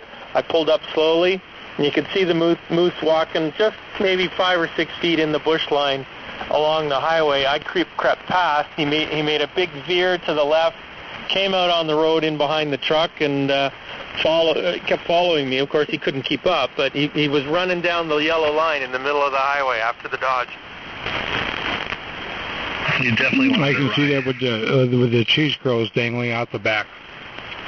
So maybe he read that Road and Track shootout report there where they put Dodge trucks over top of Chevys and Fords. Ross, it didn't have nothing to do with that. Well, you can't beat a Dodge Cummins diesel. For sure. Yeah, yes you can with the earplugs. That's the fun of having that truck. It sounds like a truck. Oh, trust me, that gets old. Okay, now here's what I was going to say when I was so rudely interrupted. On the test for the 890 Kenwood, for some strange reason, Come on, and Ray. I have to believe they've been listening to me. Somebody was listening to me. They actually measured the output power of the audio amplifier in the 890, and of course it's only a 1.5 watt amplifier, and that was one of my major complaints with the radio. actually my only complaint with the radio.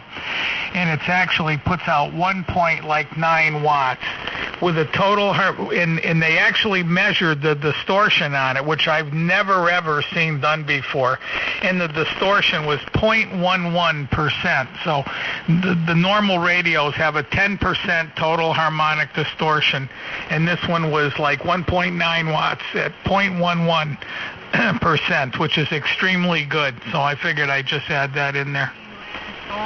Jeff, what was the horsepower of that Dodge? What, mine? My Dodge? Yeah, that Dodge Cummins.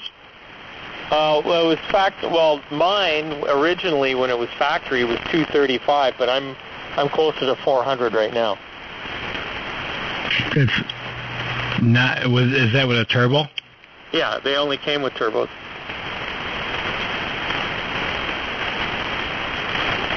And it's a 6-cylinder, and it'll outpull some of the V8 diesels of the day.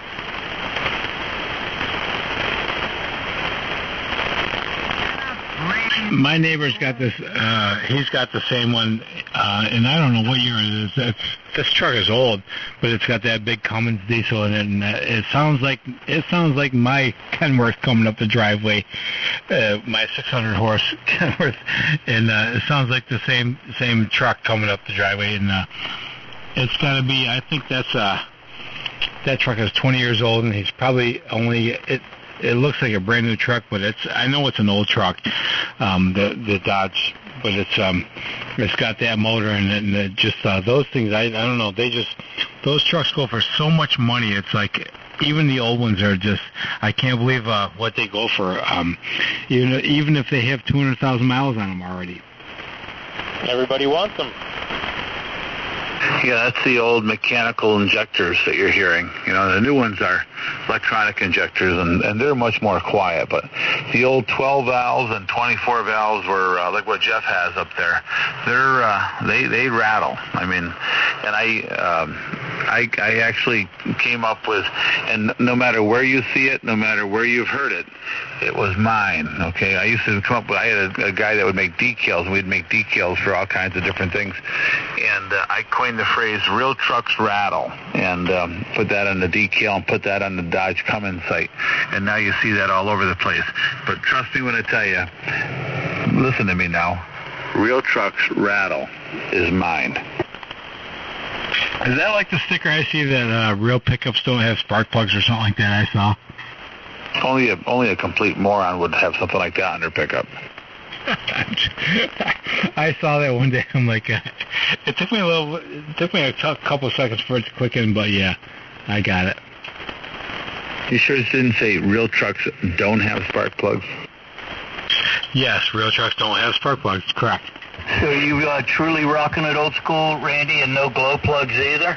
Glow plugs, but listen, in New York, we got to have glow plugs. Well, no, the Cumminses don't have glow plugs. They have a grid heater, which heats the air going into the engine. Yeah, no glow plugs. It's a grid heater. It's a block that it flows through. Yeah, if you're truck pulling and drag racing, you take that out. But in the cold weather, you put that baby back in there. So you don't build a big old fire and then rake the coals over and then park over top of it when you get home. No. All you need is a block heater. You just plug in the block heater. You do that if you live up by Jeff. Yeah, it will start. It'll start if I don't plug it in and it's minus 20 outside, but it doesn't like it. Hey, as long as you have the right oil in it. Yeah, you can run 30 in them if the temperature doesn't get too high, but otherwise it's too thin. Yeah, 1540. You want the block heater. Yeah, that's what I have. I run 1540 all year round, and if I have to take it out, I'll plug it in for an hour, and then it starts up for a shot. What do you run, like Rotella T or something? Yeah. That's great diesel oil. It is. I got a big 5-gallon pail of it in the garage. That's good stuff. I run that in my car. Hotel November. Hello, Timothy. Good evening. My son-in-law runs strip oil and is a diesel. What's he run? Chip oil. He goes around to the restaurants and picks up oil, just straight oil. Yeah, fry oil. Yeah, fry oil. Biodiesel or whatever He you want to starts call it on diesel, and then when it gets good and hot, he has a second tank and he uses fry oil. Yeah, that's very popular. When I used to work on the Heister forklifts at the steel mill, they had Perkins engines in them, and the starter heater for those, it was a little reservoir of fuel that would drip down on a hot piece of wire, and it would actually start a little fire inside the intake manifold, so you got a slug of hot air when you cranked it. That's a good idea. I used to have a buddy that had a Volkswagen diesel and ran it on that fry oil, and you always knew he was around because it smelled like French fries all the time. Yeah, but he don't pay nothing for his fuel. There's little VW motors that run on 30-weight non-detergent. I seen guys used to carry around non-detergent oil in case they ran out of gas. They just throw that oil in the tank, and it'd smoke a little bit, but it would run on it. I personally have run Volkswagen diesels on automatic transmission fluid, and yeah, you'd be surprised at what those things will run on. Somebody told me they put oil in there from like some citronella lamp or something, and it ran on that. That's probably the older ones, right? With the mechanical injectors, they didn't run electronic injected cars on that stuff, did they? No, it's the old diesel. Yeah, they had the Bosch mechanical pumps in them. I don't know what they got in them nowadays. I haven't been under the hood of one in 20 years, but when I was working on them, they were using that Bosch mechanical injector pump, and I still got the tools for setting those up if anybody ever needs any help with one. Yeah, they run super high pressure injectors now, electronic, high atomization injectors, 35,000 psi on a rail. So and some I've seen where some of these cars, I'm not sure if Volkswagen's one or not, but some of the cars I've seen, they have 45,000 psi on a rail. Well, the new Cummins are like that too. Are they? Yeah, the common rail injectors are really high pressure. Yeah, well, 35,000 pounds is very, very high pressure, and that's what the common rails used to be. And when we were running, like my hot rodded truck, I don't know what it would run for pressure, but I had 2 CP3s on it, and I know it was increased over the standard pressure, and the standard pressure was 35,000. So I don't know what it was up to because there's no way I could measure it. That's pretty dangerous stuff. W2MUR. And to Echo Whiskey Mike, pushing the 20. Good evening, Mike. Hey, Gary. Hey, Randy and Jeff and everyone. Tim. Whiskey 3 Hotel November. How do I sound tonight? You sound marvelous. Yeah, I was Boatload of people in here tonight. Yeah, I was telling them that earlier in the evening. Tim really sounds good. Tim, you sound better than me. I sound as good as Randy. I don't want to sound like Ray. I just want to sound as good as Randy. I think you're Ray-esque. I didn't do nothing, though. Why do I sound good? Because your radio's effed up. Now it's working. Yeah, but I didn't do anything to it. I got the old microphone and same radio, same thing. It only went from medium to wide on the audio over. Changement of bandwidth. Well, that makes a huge difference. I mean, hang on a second. Okay, now I'm on narrow. How's that sound? Sounds good there. Sounds good. This sounds good to you, Tim? Yeah, I can't hear you. So that's just changing from that's going from not wide to wide. This is the compression's still on, just one. That's a push of one button. Yeah, that's amazing. I think it sounds the best you've ever sounded, Randy. Thank you, Michael. Thank you. Hold that setting and lock it in. Yeah, keep it on narrow there, Randy. I will. I'll put it as narrow as I can get it. And I've got an anchor for your canoe. You got an anchor? Now Tim needs an anchor for the sunfish. Okay. You got a sunfish, Randy? No, I have a whale. Our canoe, what we call it, the whale. You got a whale. You got a boat, really? A canoe, not a boat, but it's a canoe. I got 2 canoes, a kayak, and a sunfish sailboat. We have just a canoe. We have a canoe, that's all we have. Where do you take it? Down the end, well, we take it all over the place. We go up to the Adirondacks with it. We're going to go down to down south to the southern tier to my friend's camp, and we've got Oneida Lake is just down the end of the street. Randy, did you guys camp at Brant Lake? Brant Lake? No, we Lake Abenaki Lake. Abenaki, okay. That's so similar to Brant. Yeah, it's almost spelled exactly the same. I think there's 1 or 2 letters the same. I can tell you why my signal sounds better, because I got the antenna up higher. What's that, Tim? I cut some trees down and I got the antenna up higher. That's why my signal is better. You're late tonight. What's going on? I just had a nap from 7:30 to 9 o'clock. I just woke up. Power nap. Mike, can you hear Tim?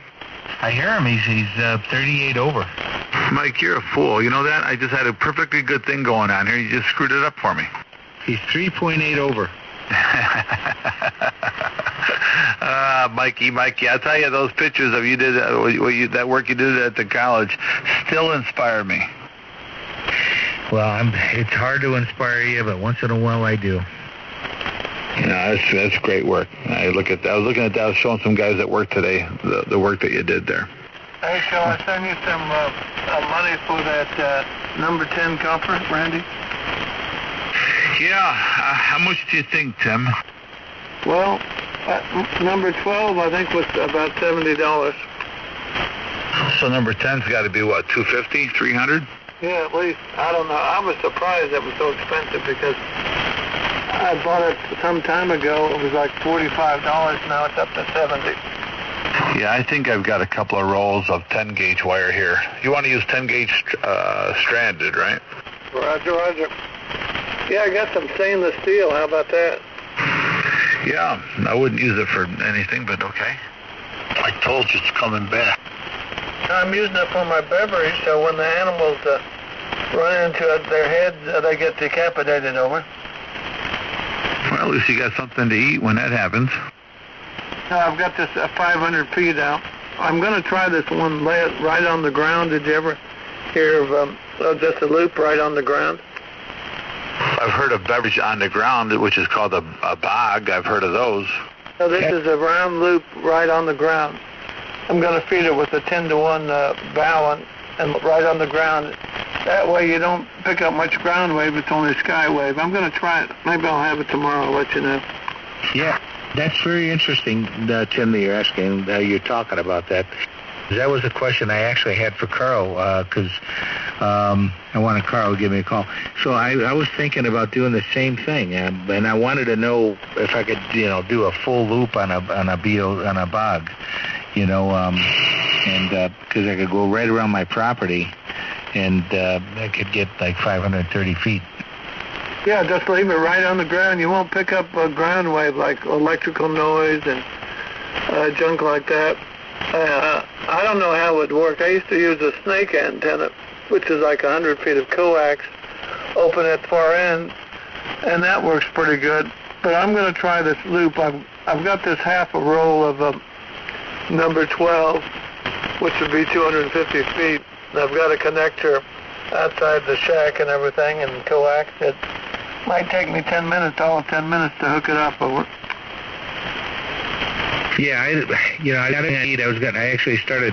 I didn't have much time today, but I started putting the bog down today, but I didn't really complete it. So I had a question for Carl, and maybe you're addressing this. But I don't know why, but I ended up buying 230 foot of RG8. I just scratching my head, and I'm trying to figure out why did I buy so much RG8? I don't know. I bought a big, huge roll of that RG6 to wire up my house, and I got lots of it left yet. No, I meant to say RG6. I don't know why I said RG8. RG8. I bought 230 foot of that when I bought the 4-to-1 balance from DX Engineering. I don't know if it was because that was the minimum quantity, or I just don't know. And I'll never use all that. Never in a million years. I'll buy some from you. You'll find something to do with it. Well, if we're going to build boggy antennas and stuff, I'll buy some from you, Mike. Oh, I'll give you some, man. I'll never use it. I may use it with my VHF antenna because I've had it looks like that RG8 on there has been on there for 51 years. So I may put a new piece on that and run it down. But other than that, I have no use for it. An RG8 or RG6 you bought? I was wondering, Gary. I was wondering where I could get some RG6. I've been buying some. I've put a bunch of connectors on. I keep cutting this one that I have out here in the yard for the cable or for the computer. So I've got to cut it and splice it, and I just recently replaced it all. And I use that quad cable, but I only bought 50 feet of it. But I'm going to need a lot more than that. Yeah, I got to get a crimper. I thought I had a crimper for the shield, for the RG6 connector, but I looked everywhere. I don't have a crimper, so I'm going to have to go out and buy a crimper tomorrow, which I'll probably use once. Buy one of those Klein ones. They'll do the F connectors, the BNCs, and all those ones. The ones that you just squeeze and they snap. Yeah, I'm probably spend $30 on that tomorrow.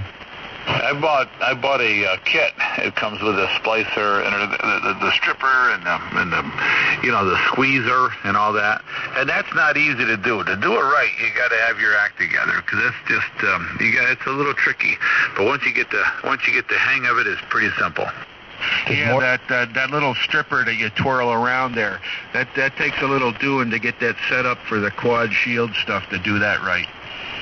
Yeah, you got to adjust the Allen wrench. Okay. I don't know, man. This conversation's going down. We're talking about strippers and grippers. I was waiting for the poles to come in. Strippers and grippers, all good. You're almost 50 over tonight, Gary. You're romping and stomping into the harbor. Nah, serious? I got to throw an anchor out. Yeah, you're 50. You're just at 50, 50, and I've got no attenuation, no preamps. So yeah, that's a good signal, man. It's the strongest I've ever heard you. You are 39 and a half. Your radio's a pile of junk. There's something the matter. I've overloaded it too many times, haven't I? So Randy, how's my TS-890 sound? Like dung. What the hell's a TS-890? It's one of those old Kenwood radios. Remember that company Kenwood? They used to make radios. I've been running this thing for a week, and Ray hasn't even noticed the difference. My 940 used to rule the balls. Yeah, my 940 was the best radio money could buy back in the day. I think it was like 1980 or something. No. Yeah, I guess that's about right. About 1980, they were the best you could buy. Just plug and go. Hey, Carl, so Carl, you in there? I am. So one of the things I love about the 7610 is how easy it is, to hold that antenna 1 down just for a couple of seconds, and it changes to. So they try to change the subject. So simple. I just love the architecture in this 7610. It's just the menu architecture is just so simple. It's great. Did you figure out how to adjust your power output by the band? One receiver on the bog and the other receiver on the loop. So when somebody asks for a signal report, I can give them the true signal report because I can see the S meter on the loop, but yet I'm listening on the... Yeah, so I'm assuming, that way I have one antenna, so I'll run it R-1, so I'll transmit on one and receive on the receive antenna, the bog. Right, but then just take your other receiver and receive on your transmit antenna. That way you have the comparison between the two. Yes, so I would, I got you. Are they identical receivers in that? Yeah, if you put them on the same antenna, the S meters are dead nuts even. Oh, that's cool. I hate those dead nuts. Sorry, I don't know where that came from. I understand. You know, the people, Carl, of our maturity level, we understand that. Hello, radio. Hello, Dicko. Hey, it's the old man again. Can you hear me pretty good or what? What's going on, old timer? 79 is still going. Yeah, Dick, you're a little bit late to me tonight. The static crashes are wiping you out. Yeah, okay. You're doing 20 plus over here. And my soldier light is going away on me. It's very slow, but it's going. Maybe you heard about it. I don't know. What light is going away? Yeah, it's going away. We're on antibiotics and we're on 6 days. Anybody, what's he saying? 4 more to go. Let me put my beverage antenna on.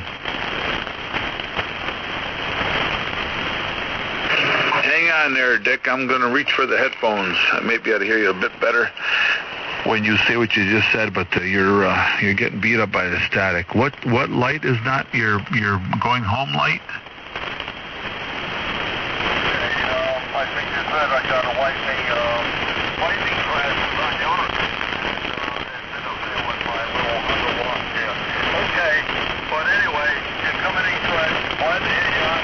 Hear all the other guys on. You guys are doing very well. What's my hope? Yeah, where are you located, Dick? I'm sorry, what was that? Oh, what's your QTH? Where are you located?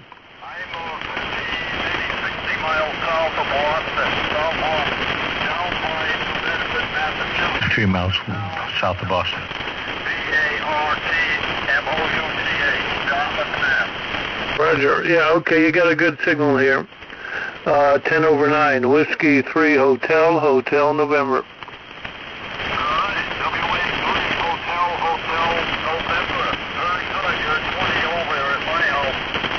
Roger, thanks a lot. Yeah, you're beating the static out by 20 dB, big signal. All right, very good. It's only 100 watts with a dipole antenna, center fed.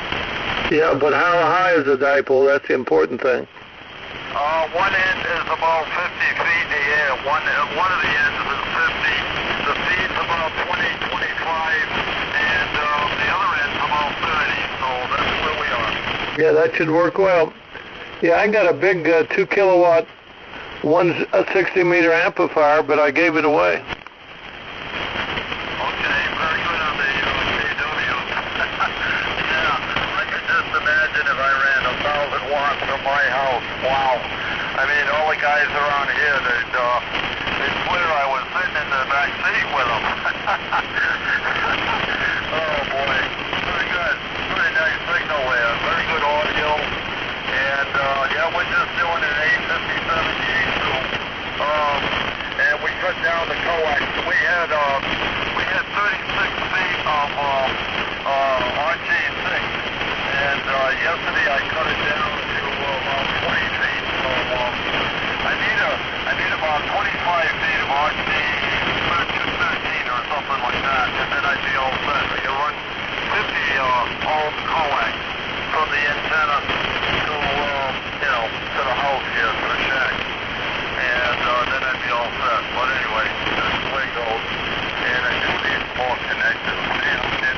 I'm using 50 ohm CL259. It goes with the vintage, I guess. WA3HHT, I think it is. K1 Adam Henry Adam. Whiskey 3 Hotel November. Roger. Copied the whole thing using a full wave loop here. Yeah, Randy, I got a 2 kW amplifier for 160. It has 4 4CX250s in it, built strictly single band, 160 meters. I should put that sucker on. It's 2 kW output, over. Yeah, that would be cool. That would be pretty neat.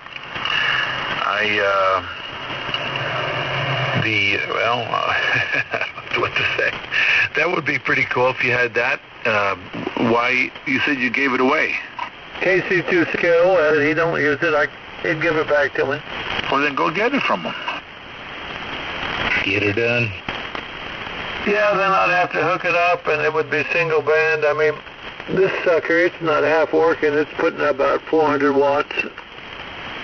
Yeah, CKO, that's Paul, right? Yeah, Paul. I'll email him, tell me you want your amp back. No, he'll give it back. I took it over and told him to fix it. It had a short out in the grid to ground or whatever, and he said, hey, you want the amp back? I said, no, go ahead and keep it. Well, get it back from him. And by the way, I'm listening very carefully with headphones. Is anybody else listening to Tim's signal with headphones? Well, no do headphones. I sound bad with headphones? Everybody should put on their headphones. Why is that? Just pay attention. Not you, Tim. You can just keep doing whatever you're doing, but everybody else should put on their headphones. Put on my headphones. You know why I sound better? My voice is not quite so hoarse. It's off frequency slightly. Do you hear the second image? Yeah. I have a second image. It's off frequency a little bit. No, it's because there's a second image with him. It's my alter ego. Okay, so which way you want me to go, up or down? Very slightly up. How's that? Am I on frequency now? Yep. See, how do I know if I'm on frequency? We'll let you know. There is something wrong. Ray was right. There is something wrong with this. I got to transmit off frequency to sound good. Over. Well, the thing I noticed is that you were on frequency for a second, then you go off slightly, and then you come back in. It's almost like your VFO heater, or whatever they call it, TXFO, is not heating properly, or maybe not heating at all. Okay, now do I sound like I'm on frequency now? Yes. Now you sound off frequency, so what I need to do is go over to my RIT and go negative 02, and then you'll sound good. Yeah, but what I noticed is that sometimes you're on frequency, sometimes you're off, so there's a little bit of drift going on. I like to play with my knob here while I'm talking to you guys. Ah, that's it. Don't play with your knobs. KC3 KXP. Hello, Thomas. Hey, Mr. Randy and Mike and everybody else on the frequency. Hey, Tomasani. How you doing? Doing good. Doing good. Has it warmed up down there yet? Warmed up? No. It was high 30s this morning, and it's raining now, and it's headed your way. Yeah, it was in the 30s here today, this morning, too. It was 39. I checked in with the group on 3849, and the first thing you do is you got to come in there with the temperature, else they won't let you in. So I know this morning was, no. This morning was 40, like 43 or 44. Yesterday morning was 39, but today was like 30 or 43 or 44. Heat wave. I was running around naked almost. I tell you what, man, listening to you, Randy, on the headphones, it's unbelievably. It's such a great signal. And Tom, you're running a little stronger tonight than normal. I'm running what tonight? A lot stronger than the last few nights that I've heard you. About 25 over. Wow. Haven't done anything different. I got a feeling the band is in really good shape tonight. I should stay up and work Europeans then. Well, I'm from Germany. Yeah, they come in around midnight. Yeah, if I was not having to work, tomorrow morning, I'd stay up with you. Yeah, I'm glad you guys are working so I can collect my Social Security. We'll keep making it for you, buddy. Appreciate it. Yeah, me too. Thanks, Randy. You got it, brother. All right, keep her coming. Hey, so Carl, what do you think of Tim's idea about this beverage in a full loop? It sounds kind of interesting. If I had 500 feet of wire, I could sew that out tomorrow in half an hour. So I've got 500 feet of wire, and rather than going straight back in the easterly direction and terminating it, I would go in a full loop around my property and then terminate the end with the resistor. Why do you want to terminate it? Well, I mean, I'll try it terminated versus not. Well, you're feeding it as a loop, aren't you, with it's only both 70 sides feet of your long, ladder line, or and about 10 feet high. You terminate it at the end with your dummy load, 50 ohms. 70 feet long and about 10 feet off the ground, over. You guys doubled a little bit. Repeat, Tim? 70 feet long. It was written up in QST. You terminate it at the end with your dummy load because you're going to transmit our 50 ohms non-inductive. And you have a 1-to-1, and it works real good, over. Yeah, no, I'm talking about a bog, not a loop. I mean, if I'm going to do a loop, I'll put it up in the air. But no, I'm talking about a bog, going around in a circle with a bog rather than a straight line. Roger, roger. The whole idea of the beverage, though, is a traveling wave antenna where the straightness of it is important. Yeah, that's what I want to find out is, so that was really the question that I have. Okay, so all I need, so I've got RG6. All I need is not even 20 feet to go from my radio to my ground. And then the actual, I've got 500 feet of 14 gauge that I bought, and I was wondering, is there a length limitation on the bog? Yes, the one on the ground, you're not supposed to go over 225 feet. 225, okay. There's actually a book out there called Beverage Antenna Handbook by Victor Mizek. I know somebody that's got a copy of it that might be able to get you one. W1 WCR, I've got one. I've got one too. Steerable beverage. Yeah, I built the whole thing. I built the improved null steering unit, and the only thing I did was I built one with the VMOSFET, and then later substituted that out with a balanced amplifier. I experimented with these things about 25 years ago. Like, I spent all my time messing around with them. So what did you find was the best situation? You guys doubled. What did you find was the best scenario? Mizek says, 8-foot wooden stakes, but the best antennas are at least a wavelength long, and 2 wires, and like I say, you got to build his kit, and then mine, I could steer them around the compass, and I got pretty good results with them. You got to, they're inherently quiet, and I had some shortened versions that I played around with. There's I designed a fairly short one that I published it with the National Radio Club. There's actually a reprint you can get. Okay, so what were your best results with the beverage on the ground?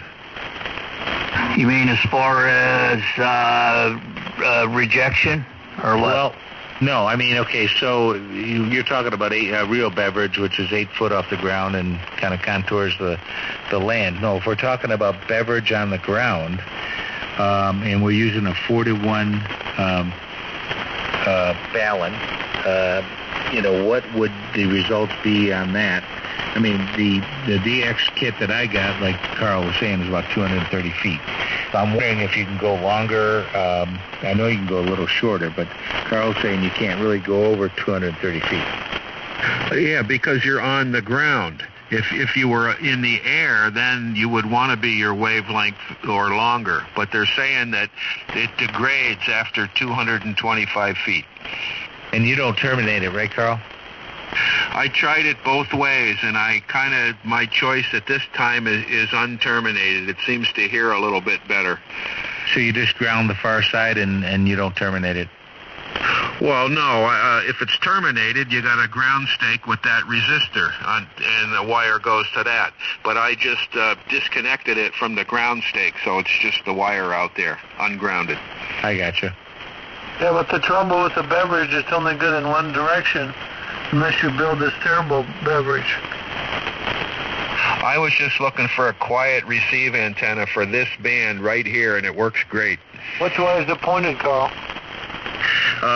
It's fed east, and it goes to west. Okay, and is it directional? It would tend to be more directional if I have it terminated, but I left it unterminated, which would make it somewhat bidirectional.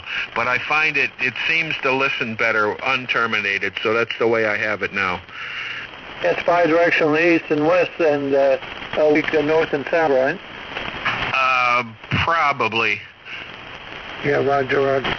What's the value of resistor are you using to terminate it? Good in all directions, over. Right. Okay, so that's a loop laying on the ground, but it's fed just like you would feed a loop in the air, right? Roger. Okay, that was my question, and I think maybe that was kind of Mike's too. You would just take a loop fed with ladder line and lay it on the ground. No, you wouldn't feed it with ladder line. You feed it with coax because the coax is on the ground. You don't want to lay your ladder line on the ground. Well, okay, all right, feed it with coax, but it would be wired up just like a loop in the air. Roger, and I would use like a 4-to-1 balun or a 10-to-1. It don't make much difference because you're going to tune it with your antenna tuner. Well, is this a transmit or a receive antenna? Only receive, but you got to tune it a little bit to get more gain out of it. Well, okay. Well, I have my transmit antennas on the tuner, so my receive antenna wouldn't have a tuner with it. Mine does. I use the internal tuner in my rig here. Yeah, you would have to have a separate tuner. Like, say, if you had two tuners, you could use one on your beverage in that scenario. Yeah, that's what I do. I have a separate tuner in the rig. I flip over here to antenna 2, and I hit the tuner, and I tune up my beverage to a 10-to-1 balun. I used to experiment around with lamp cord, Carl, and I had a piece of lamp cord 200 feet long that, and then I connected the two ends together with like a 470 ohm resistor, taped it up to keep the water out of it, and I ran that into a balun tuner, and that makes a pretty quiet receive antenna right there. You can use a light bulb for a resistor, you know that, right? Yeah, well, for transmitting, yeah, but for just receiving, I was just using like a half-watt resistor. Being me, I'd burn the thing out. I would accidentally transmit into my receive antenna. So I just take and put a light bulb. I measured the resistance cold with my ohm meter, and I had about 400 or 500 ohms. I don't remember what wattage I had, and it don't make any difference if I transmitted it would glow, but the resistance would change. But I'm basically using it for receive. Yeah, if you're not really all that concerned about directivity or as far as steering them or whatever, there's a lot of a lot of the variability goes out the window. You don't have to worry about them. But height above ground, the diameter of the wires, a whole bunch of different things that change the velocity factors and really affect the directivity you can get out of them. If you don't care about directivity, then you can kind of just throw them on the ground and make do. Just play around with the direction and don't put too many bends in them. Yeah, I got a single 500-foot stainless steel wire, and it's basically 6 or 7 feet above ground, as high as I can get it in the trees without climbing a ladder over. Yeah, I've been playing around with the notion of taking some T-post and I'm running my Toad Harbor line right now. I got 147 feet of it, and I use T-post, and I'm using a 3-foot section of fiberglass insulator for that they use for electric fences to stand it off. So I got 6-foot T-posts, and then the insulators sit 2 feet above that, so it's 8 feet above the ground, and that works pretty good. And I've been toying with the idea of using that method for putting my beverage in the air, putting a beverage in the air, because Mizek says use wooden stakes, but I don't know if around here jamming a wooden stake in the ground that's a good 8 or because you got to jam it in there a couple of feet, right? So you need like a 10 feet of like 2x2 or whatever. That's impossible. Well, the thing will rot out pretty quick too. Mine are just in the trees. I got a lot of trees, and I just took some of this stainless and just tied them right to the tree over. Yeah, you can go that route. You can use the standoffs that they got at the Harbor Freight, or not Harbor Freight, at the Tractor Supply, to stand that wire off the trees. They've also got that you can use the same insulators that you would use for the Toad Harbor line, and just use a staple and stand it off that way as well. You got a million different ways you can do it. If you're not throwing any voltage into the thing, it really doesn't make that much difference. That's what I said, no voltage. I just hook it directly to the tree, no insulator or anything over. Yeah, well, there you go. That probably work out okay. I don't know what it would do if it got super wet, but it probably wouldn't make that much difference, I guess. I don't think you get a dead short from the bark of the tree, at least not unless it's like completely soaked. Yeah, I'd hate to catch a tree on fire. I have a forest fire in back of me.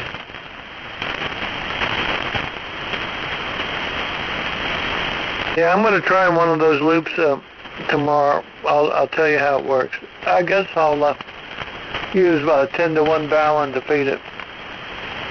Yeah, I modeled loops and I don't, not on the ground, but at 30, 40, 50 feet, they tend to be fairly low. If you're cutting them for 160 on 160, they're generally around 20 to 30 ohms. So I don't know. I don't know what I'd have to drop one onto the at ground level to see where that went to, but they tend to be quite a bit lower than 50 ohms. Half-wave loop? Yeah, if you're running it right, if you're cutting it right for like 1.9 megahertz or whatever, you make it a little bit longer, make it a little bit shorter, then that pushes the impedance up on them, and also where you're tapping into them, you're tapping them into them in a quarter of a ways out of the corner, in the middle of one of the legs. It changes. Yeah, but a half-wave loop is high impedance. You're talking about like a 500, I forget how many feet. They generally are about 25 ohms. That's what the models show on them. Now, that's at the feed point. Then obviously, if you're feeding them with any length of ladder line, or throwing a big long length of kind of coax at them, that's going to change. It's going to change where the radio sees it. So, but the characteristic impedance for them is typically around 25 to 30 ohms at, say, 40 to 50 feet up above the ground. I've never seen that. I've always heard high impedance, about 500 ohms over. Nope, not a square loop. They're generally fairly low. There's actually loop balins out there you can get that are 2-to-1 balins, just because of the fact that they're about a 25 ohm antenna. But most people don't make them perfectly square, and most people don't have the ends all at the same exact height above ground. There's a lot of variability to them. You start jogging them around, and it changes the feed point characteristics dramatically. So you feed them in the corner, you feed them 10 feet from the corner, it changes. So, but if you feed one in the corner and it's a perfect square and it's over decent ground and everything's symmetrical on them and stuff, that feed point, not including its interaction with the transmission line, is usually fairly low impedance. How big a loop are you talking about? Yeah, like a 500-some footer. It's like,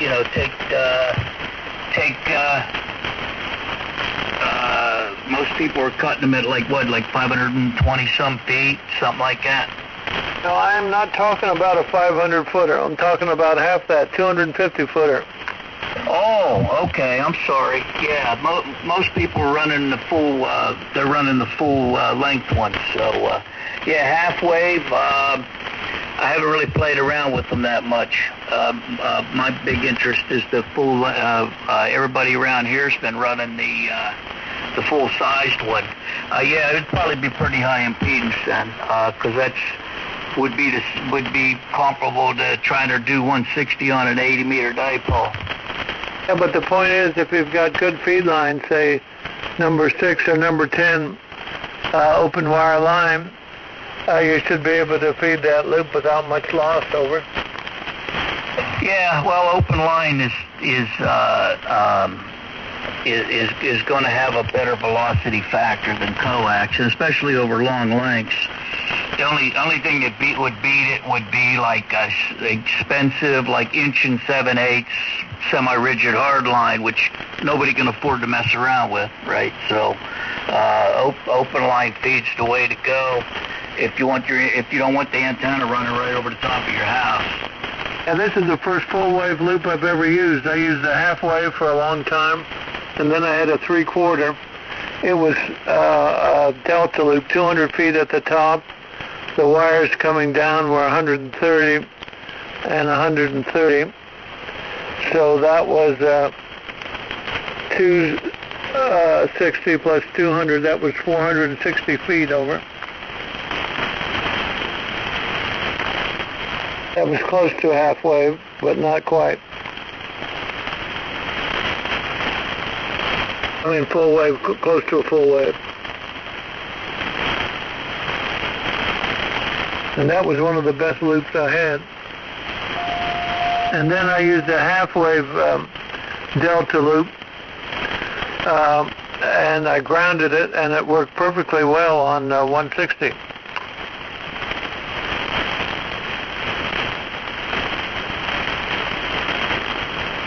Yeah, I've been toying with the idea of a delta or I don't really have a good configuration out in my trees to do one that's relatively square. I'd have to bunch it up a good bit, and I was eyeballing 4 trees, trying to get a fairly decent square, and I never could. And I went out and I measured things with a laser and ran models on them, and you get them too close together. You get 2 of the ends too close together, like diamond shapes or whatever. They don't behave well. But it's strange though. An hourglass shaped one works pretty decent. That's kind of weird. Yeah, there are all kinds of configurations, but. And mind you, the loops are all in the vertical plane, none of this horizontal junk. If I could, I'd love to put this full wave loop in the vertical plane over. Wouldn't that be the nut? 130 up, 130 across, 130 down, to be able 130 along the bottom in the vertical plane. Or maybe 4 of them. One of the best antennas I had was a Delta Loop with a Delta Loop reflector over. Not for 160, that was 20 meters. And that one was at the college at 90 feet. Yeah, well, I would love to be able to get some height on some wire antennas, but unfortunately I can only get up into the tree canopy here. I don't have a lot of really, really tall trees. I can only reliably get up around 50 feet. I would love to have some big tall trees around here where I could get up above 70, 75 foot. I think and most of the big signals that we got here from people that just crush it are generally people that have got their antennas up around, 70, 80, 90 foot. Well, you can get one of these weather balloons and fill it with helium, and I did one time, and I got mine up a couple 100 feet over. It wasn't a complete vertical, the wind was blowing, but I had a 200-foot end fed for 160 over. Now, are you using like a 9 or a 10 to 1 on that end fed, or have you been messing around with it? A lot of people are messing around with these 49 to 1. I haven't I think we had one person come in here was messing around with one of them, but then I've been reading different people have been doing write-ups on them saying you can't throw a lot of heat into those. Oh, I just fed it with my tuner. Just put your end fed right in your tuner. You don't need any ballons or onions or any of that kind of junk. Just feed it directly out of your tuner. And no sort of counterpoise or anything. You're just driving it against earth ground. Yeah. Keep in mind, my earth ground is a radial system.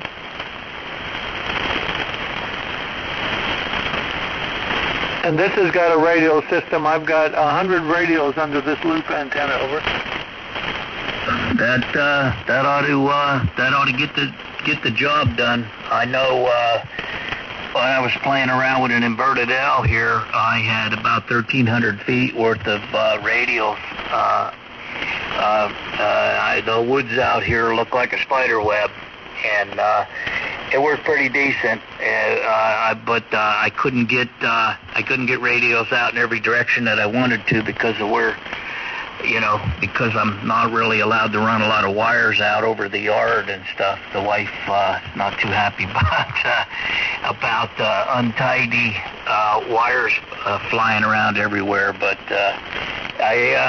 it's a lot of work, and I ended up doing a dipole, and it seems to work better for me. But the inverted L was a lot of fun. I had it up for about a year. How big an inverted L was it? A quarter, 3/8, half, or what was the length? It was a quarter for 160, and then I had a length of I had elements on it. It was 3 wires that went up, and it had a 160 element, an 80 element, and a 40 meter element, and then those 3 wires. I fed those into a 1-to-1 balun, and then the ground side of the balun went into the radial plate, and all my radios were raised 8 feet above ground, and it worked pretty good, and it worked on every band, and I didn't have a whole lot of problems with it. Really, it just that I wanted to run with a dipole for different reasons. The inverted L was they have their limitations, right? And I'd always wanted to run with the dipole instead. So I ran with the inverted L for a year, switched over to the dipole, and I've had the dipole up for like 2 years now, and it's been getting me where I need to go. Well, I'll tell you what, I was on here with Ray and Randy. I had my inverted L, 3/8 L, 60 feet vertical, 100 feet on the flat top, feed with a single capacitor. And I beat Randy out and Ray out in North Carolina on the L, inverted L. They were really upset. Well, I think the inverted L's are probably going to swing it that distance a little better than the loop, and then I think Ray's got almost an inverted V type dipole setup over there. I know he's messing around with it. I don't know what he's got now, but Gary, the guy on that comes on the net from time to time over the years, he has an inverted L setup down there in North Carolina, and he's always got a really strong signal with that. That's who we were working with, Gary. No, this loop has 2,500 feet of radials under it. They're not long. They're only 25 feet long. They're under the 4 square. The loop. This loop is right over my 4 square for 40 over. And those are laying right on the ground? They're on the ground, a little bit under because the grass pulls them under, but 2,500 feet of them over. Yeah, KC1RS. On the ground, the length of them doesn't matter as much because it detunes them. I had cut all mine for the various bands that I was interested in because mine were raised above the ground. So without that ground interaction, they needed to be cut to length. But when I was running a vertical down in Florida, I had as many radials as I could pack into the yard, and I made them all around the same length. I think most of them were like 25 to 35 feet, and it didn't really make any difference. I played around with ones cut the band, and it really didn't make all that much difference because they were laying on the ground. And the ground will detune them. What happens to everybody? It's just you and I talking. KC1RS W3HHN. Never said goodbye, good night, or nothing. Cheers. They QS wide on us. They never said goodbye, good night. What's the name there? The name here is Tim, T-I-M. Oh, yeah, good to meet you, Tim. Russ, Romeo Uniform Sierra. And you're located where? I'm in Madison, Connecticut, about 15 miles east of New Haven. I'm just up above the shoreline. Roger. I'm in Saratoga Springs, New York, which makes us outside of Albany, about 20 miles over. Yeah, I got you get me a pretty good signal down here. I get stations. I do a little bit of broadcast band DXing, and I pick up stations out of Albany pretty decent throughout the day. That 590 station up there comes in pretty clear most every day, all day. Yeah, I'm not quite familiar with that 590 station. Is that the big 50,000 watt station? I don't think they're running that kind of power, maybe on their FM, but it's WROW. They play like oldies music. I think they're only running I got to look them up. I think they're only running like 5 kW. Yeah, WROW, I'm familiar with that. There is a station I forgot that is 50,000. I used to do broadcast engineering. I had my first phone ticket, and I did a lot of broadcasting. Anyway, we're only running about 400 watts because that's all this thing would work on. I might get back my 2 kW amplifier. I'll crank it back to 1.5, I guess, but I might get it back. Let's see, 3 times the power. That'd give me a couple dB, right? Yeah, you ought to do all right. Maybe more than that.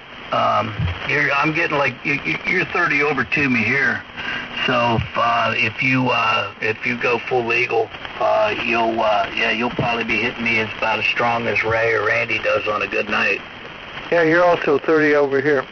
So anyway, Yeah, I'm going to try that loop tomorrow. It won't take but 10 minutes because I have a connector out there. And I'll just use my 10-to-1 balance. And it already has a pigtail on it. Just put that in one side of the balun and put the loop on the other side. Run a piece of coax in the shack. We're operating out of the barn because it's too noisy in the house. We got a little house, and I'd have to wear headphones and God only knows what to run from the house. There, Russ, over. Yeah, I wish I had a big old barn. I'd like to separate my station from all the RF interference from the cable box and internet router and all the other stuff coming in over the line. It's impossible. We have the electrics on poles here. I was spoiled when I was in Florida. All the electric was underground, so it was actually a fairly quiet location, even though it was an urban location. Here I am out in the country, and I was a little taken aback by it being so electrically noisy here. Yeah, you can't believe what I'm receiving you on my 40-meter 4-square. It's not very directional here. My best direction with you is beaming north, but it is pretty directional on 40 and 20 for receiving. But this 4-square, and it's sort of down in the valley, each one has 25 foot radials. And it makes a better receive antenna than the Beverage, over. Yeah, I've been. I had a friend that experimented around with that stuff a long time ago. Now there's like commercial. You used to have to build your own. Now there's commercially available systems, and they look awfully tempting. I guess if I was really getting into some serious DXing and I had a nice quiet location, I might want to mess around with something like that. I wouldn't mind being on like 10 or 20 acres. I've only got a couple here, and it's a little bit of a squeeze. I really don't have room to put up as many antennas as I would like, to be honest with you. Yeah, we got 8.6, and I'm across the street from the house. My side has 2.6. It's roughly 250 feet long and 150 feet wide. I don't know how. Let me think again. 200. I don't know how big it is. It's 2.6 acres, whatever. But in back of that is a woods which belongs to the logging company. So I can go back, thousands of feet on that, over. Yeah, there's a strip of land trust property behind us that goes a pretty fair clip. Like if I ever got permission from them, I could probably put a couple of 1,000 feet of wire out in a straight line before I ran off their property. But the odds of them ever giving me the go is probably slim to none. But it's some rough terrain. It's rocky and pretty chewed up. That's the thing about around here. You can't dig down. You dig down 2 or 3 inches, and you gotta, like if you want to transfer a plant out of a pot into your yard, you dig down you think you're going to dig a hole down about 8 or 10 inches, and you bring up about 3 ounce rock. So it's just impossible. Here, let me try this antenna on you, Russ, and see how it works. I'm going to go back and forth between 1 and 2. Number 1, 2, 2, 2, number 2 antenna, number 2, 2. Back to 1, number 1, 2, 2, 2, number 2. This is the number 2 antenna. and back to 111. See any difference? Yeah, there's a 10 dB difference between them. Yeah, that's about right. The number 2 antenna is my 80-meter reverse-fed vertical. It's like a sloper, you know, how you ground the shield to the tower and put the hot side to your sloper, usually quarter wave. Only these sloping wires, instead of being at the top, are at the bottom. So I put the ground to the tower, and then I run out 8 radials, and it's perfectly tuned for 80 meters over. Well, it's getting out, but it's not you're not putting out as much signal as the other antenna. So, but it's still pretty respectable amount of signal getting out of it, nonetheless. Yeah, that's all I need. I don't need this antenna. Unless I want to be heard in the summertime. Yeah, I've got a 50-foot wire vertical out here, and I was playing around with it one night with the and I was making it up to the baling in it is a handmade baling, so I was afraid to put much more than 50 watts out with it, and I was able to get up into Binghamton with maybe like maybe an S5, S6 signal, which I thought was pretty decent for an antenna that was like woefully short for 160. No, the shortness doesn't make any difference. It's how you got it tuned. One of the biggest signals that was my friend put on was 33 feet vertical. This is on 160. He had 5,000 feet of radials under it. He had two 200-foot wires on top to resonate it. And it was a big, big signal. I operated Maritime Mobile aboard a Polish freighter. Followed him all the way from New York to Amsterdam, Holland. The further we got away from shore, the lighter he got. Now the thing about the short verticals, they have a low aperture. That is, there's virtually no high-angle radiation from them over. Yeah, well, pretty much any of the verticals, even folded over wires. Like if you go up, say, 100 feet and you bend the top over,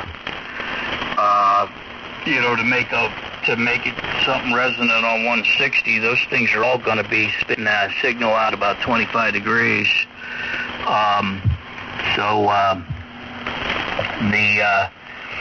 The only way to spoil them is to run like 4 wires up in a square, and then you drive 2 of them. You have to get a switching set up, and you drive 2 of them. And then the other 2 are they're connected at the base, but you're going to run the speed point like 7 or 8% up from the base, and if you run 2 of them against the others, it's directional, so you can actually run the thing around the compass, and they spit a signal out at about 50 degrees, which makes them a good local talker, right? So not much different than what my dipole's doing here. I mean, it'd be like a miracle if I could throw a signal out at 50 degrees. I'm mostly cloud burning here, right? But the only problem is you need a big tall tower in order to suspend something like that. Yeah, I had one cage antenna, 60-foot tower. I had 4 drop wires like you're talking about. They were all connected together at the base. So I was feeding all 4 towers. The current goes up, comes down through the tower. I ran a wire down the side of the tower because the brakes and so forth, and put hose clamps. And then on the top, to make it resonate, I took a wire, 60 or 70 feet, however long it took to get a low SWR, and it's called a cage antenna or a monopole antenna. Over. Yeah, I played around with that configuration on the in the modeling software, and it's pretty interesting. What's predicted for it theoretically. Obviously, when you actually get one in the air, the one thing that it's hard to model for is the existence of the tower structure that you would probably be suspending these things in the vicinity of, right? So that would throw you off, right? You could kind of design, give them a certain dimension and whatnot, and then but then the interaction with the tower on them, you'd have to change a whole bunch of the stuff once you got out in the field. KC1RS. KC1RS W3HHN. Well, I'll tell you what they did in the early days. They ran these wires they ran them, this is AM transmitters. They ran the wires up the corners of the building, and the building was tall. I don't know how tall, but 200 or 300 feet, I guess. And I don't know what they fed them against, but I know they used the cage antenna in the early days, and of course they were sitting inside that cage. I guess they got a lot of RF, but they didn't pay any attention to cancer. But in the early days, they ran a lot of those for AM, for the transmitting antennas on their AM broadcast stations. Over. Yeah, and something like that would be easy, because the FCC, it depends on the frequency you're on, obviously. If you got to protect another signal during the sunrise or sunset assignments, or at night you got to switch your pattern over to protect some Canadian station or something. Something like that's is real easy to steer. You just need a halfway decent switching network, right? So, the ones I've modeled didn't even seem to need much for ground networks, but as far as changing the steering or anything like that, the ground radios underneath them didn't seem to pull the patterns down on them as much as you'd expect. But I imagine they'd just be worthwhile for just for jacking the efficiency on them. Yeah, on steering, you said you fed two. And what are the other two? They're just not connected to ground? They're just hanging there, or what? Yeah, well, they're all connected at the base, at the very bottom. And then the feed point, you pick the feed point at about 7 or 8% up from the base.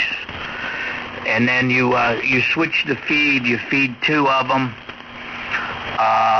and at any given time. And then the direction that you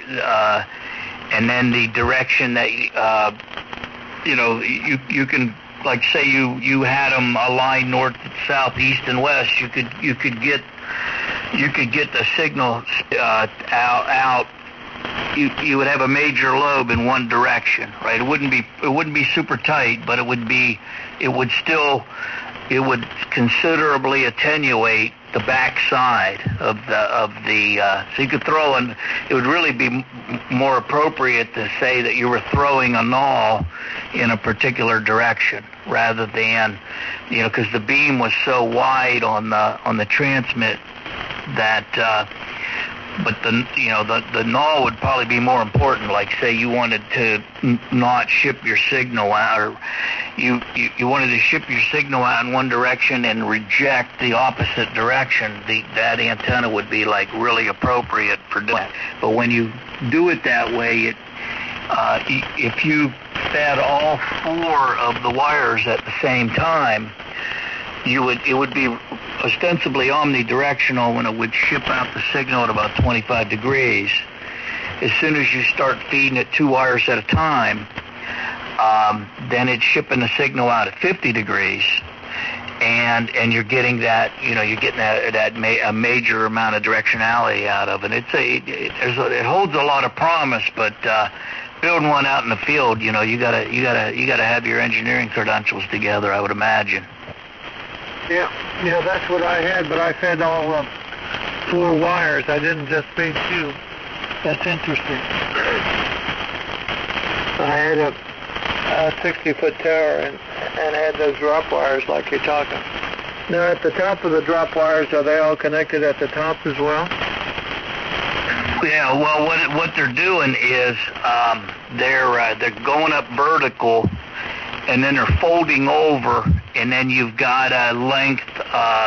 I'd have to pull up the. I don't have it in front of me, but there's a vertical section, and then they fold over at the top, and so the total amount of wire for each of them. I'd have to load one of these up here to give you a better description there.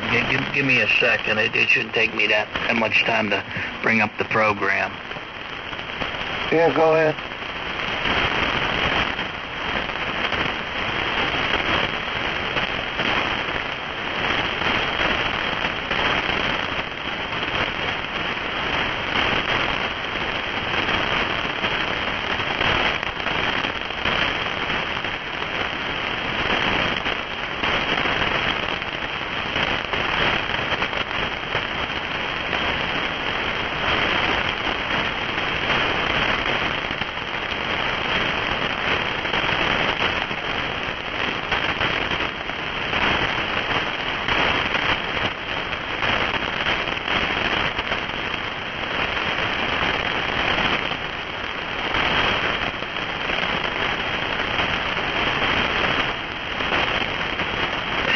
KC1RS, yeah, as the computers keep getting faster and faster, and they solid state hard drives and everything, and they still take forever to boot up. You'd think they'd be instant on by now. 25 years ago, I said, oh yeah, one of these days you're just going to be able to hit the button and the computer will be on instantaneously, and you still got to wait around. Hey, let me give you the data on my 4-square. Receiving you on the 4-square, the noise is S sugar 4. Your signal is sugar 9, S9. That's 5 S units above the noise. Receiving you on the loop, your the noise level is sugar 9, S9. Your signal is 20 over 3 S units. So on the loop, you're 3 S units above the noise. On the 4-square, you're 5 S units above the noise on the 4-square, yeah, you're 5 S units, let's see, yeah. On the 4-square, you're 5 S units. On my loop, you're 3 S units above the noise over. Yeah, and I'm probably running about a kW here. I got an AL82, and it's pretty much just loafing. Yeah, that's good. Yeah, I could get my 160 meter amp, but I don't know, I'd have to make room for it. I'm sure my friend is just sitting on it. I gave it to him to fix, which he promptly did. It was my original amplifier, my first amplifier. I'd have to make room here. But I don't really see the advantage, 500 watts against 1500. Don't really see the advantage. Just talking power, I can tell. I'm running legal limit, but you don't have that many dB.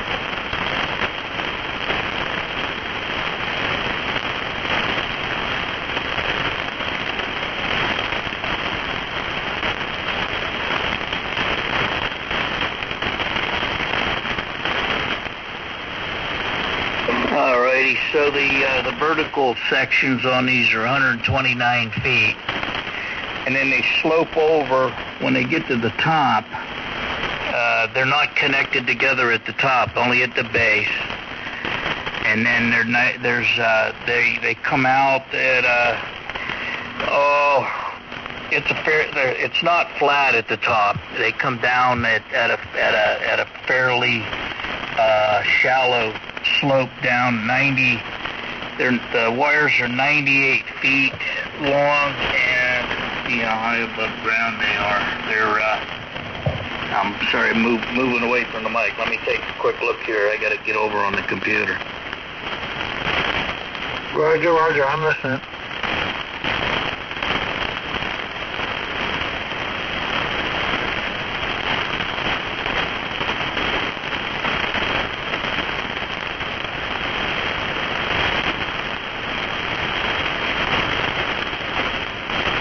Yeah, so the antenna's not touching the ground. The antenna's the end of the antenna's a foot above the ground at the base, and the top of the antenna is 130 feet in the air. And then the wires bend over, and they go 129 feet vertically, and then they bend over for another 98 feet, and then they the end of that bent over piece is 100 feet in the air. So they're obviously there's no reasonable way of supporting them horizontal, being a perfectly horizontal wire, right? But so you got to have a little bit of space if they're going to have the end of them to be 100 feet in the air, right? But anyway, the thing. It'd be real interesting to try to build one of these things in real life, because theoretically they look pretty interesting, but I think in real life there's probably a lot of crazy stuff you got to do to make them to actually work the way they're supposed to. You're saying your vertical needs to be 129 feet vertical? Well, yeah, so you're basically looking at having a 130-foot tower to support this thing, right? So, so the wires, the vertical pieces start at about a foot above the ground, and they go up to 130 feet before they bend over. Okay, so if I model that for 20 meters, you're talking about a quarter wave vertical. If I did that for 20 meters, 5 meters, you're talking about a 16-foot vertical over. Well, yeah, because this one is designed for 160. So you could scale that thing down, and I would imagine you're going to get the same. You'll get roughly the same behavior out of it. Yeah. Okay, so now you're going to feed this 129-foot vertical. You're going to obviously have a ground system under it of some kind. And you're going to feed, you say, 2 wires at a time? Yeah, the current model has 8 grounds underneath it. They're not tuned. I don't know what the length of these ground radios is. I'm going to move this mic over. There's a computer is in a docking station over here. I don't know what I made these ground radios here. All the ground radios are 62 feet in length and laying on the ground. And now on the top side, you got 129 feet vertical, 98 more or less horizontal. Now, how are these 4 wires coming down? Are they on a square? You know what I mean? Are they on a square? So you go down another 98 feet and then another 129 feet down for the opposite one over?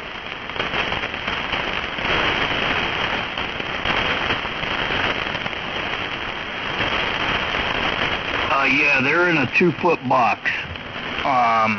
They're a square and the radio network, all the radios come together directly underneath the box, and they're a foot above the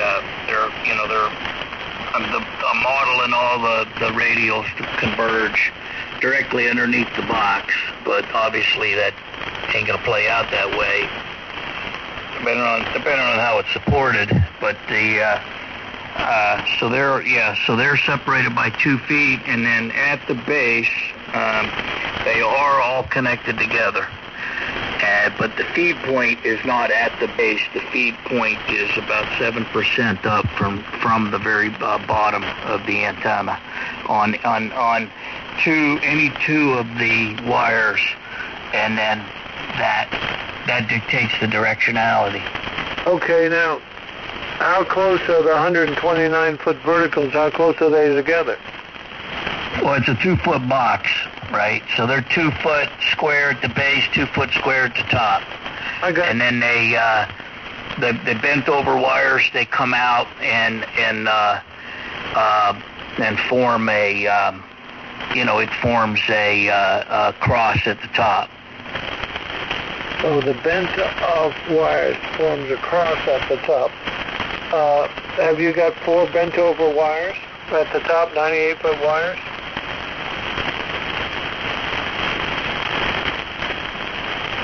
Yeah, you have 4 129-foot long verticals in a 2-foot square going up to 129 and to 130 feet, because the base of the antenna is a foot above the ground plane. So at 130 feet, they bend over, opposite of one another. And go for 98 feet, and the ends of those 98-foot lengths are 100 feet above the ground. So it's a 2-foot box at the top as well. Yeah, I got that now. Those 98-foot wires, what direction are they going?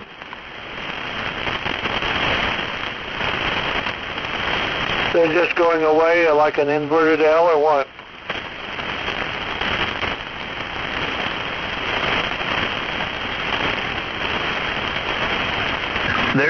They're feeding out, like say if you're looking at the box, they're feeding out at 180 degrees away from each other. Like if you're looking at the square, then you would the 98-foot wires are going out at they're going out from the corners 180 degrees from each other, and they form a cross that, if you look at it from the top, it looks like a cross. Okay, I got the poles set up. I was, for 20 meters, I was building a 4-square, which I never did. I have a hex beam, and I could put one of those up real quick, model it for 20 meters.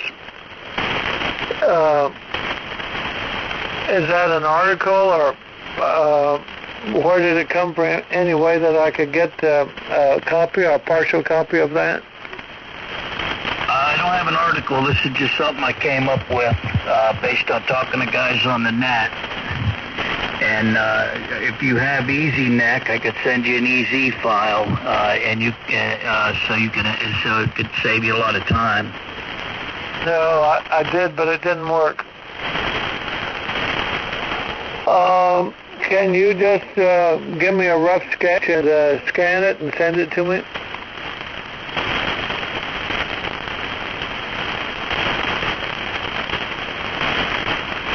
Scan it on your scanner and email it to me?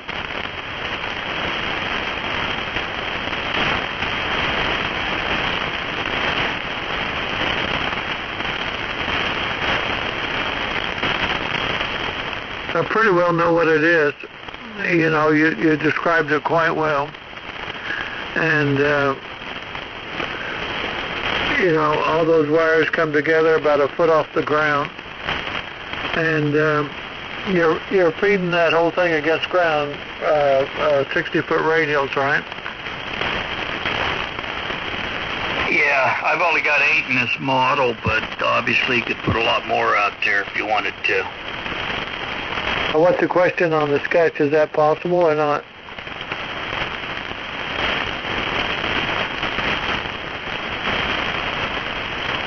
Just a piece of paper, sketch it out and scan it.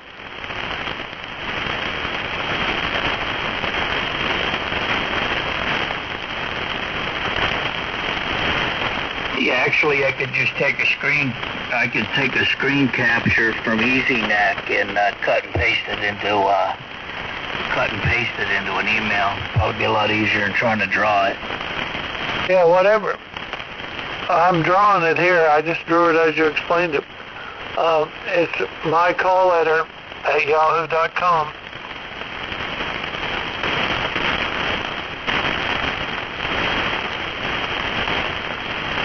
Yeah, give me your call again. Whiskey 3 Hotel November.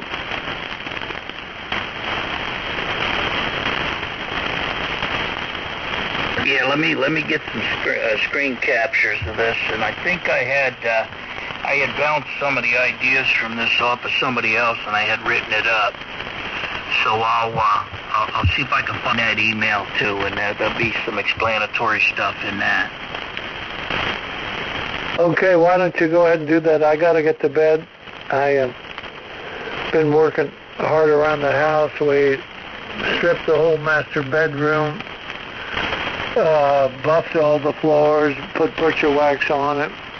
We bought new mattresses for the beds, all kinds of junk. So YL's gone to Florida, so I'm sleeping in the spare bedroom tonight. So I'm kind of a bush there, Russ. Go ahead.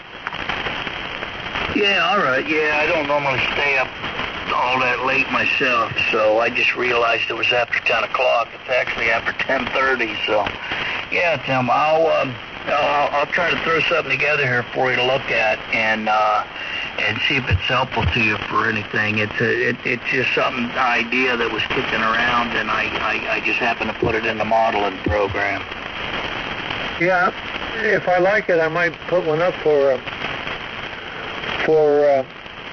20 meters. That's easy enough. I got the poles out there. I'm using these Army surplus. They're 4 feet per section, and I was going to use it for my 4-square, but they're too wiggly and too heavy. I had one up that worked okay, but I had to guy it. On 20 meters, you don't have to guy it because it's only 16 feet. So I got 4 of those fiberglass poles or whatever they are, and I could just take one and make a square around it. So if you intend it, I'll build one up and tell you how it works over it.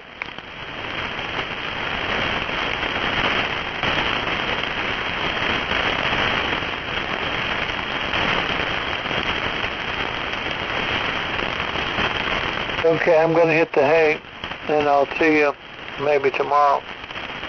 Alrighty, I'll try to get something over to you, so you can visualize this thing, and if you have the ability to build a square model of this thing, or a scale model of it, it might be, it should theoretically work on whatever band you desire. I just happen to build the dimensions on this one for 160, so it might be interesting. Roger. Yeah. Actually, it looks like 4 inverted L's. More or less, it looks like 4 inverted L's. I've done that before. Gone back and forth between the inverted L's. Just 2 of them. I never tried 4. So another way to think about it, you're feeding 4 inverted L's there, over. Yeah, it's actually almost like a beam, right? If you're feeding 2 of them, the other ones are just acting as basically as like a 2-element beam. Yeah, the other 2 are acting as reflectors. And they're nulling the signal going in that direction. So it'd be interesting to see how much of a null you got, because I was sitting on 40 one night talking into Europe. I don't know whether it was Germany or probably. and having a good time, and I didn't hear anything except the German station. And then when we signed, I went over and I turned down to the southeast. There were a couple of guys in Florida talking. I said, "Excuse me, I've been on here 2 hours, and you've been transmitting while I was transmitting." And they said, "Well, I didn't hear you." And I told them, "Well, I didn't hear you either." So I can do that with a 4 square, be on the same frequency as somebody in Florida, and we don't even bother each other over.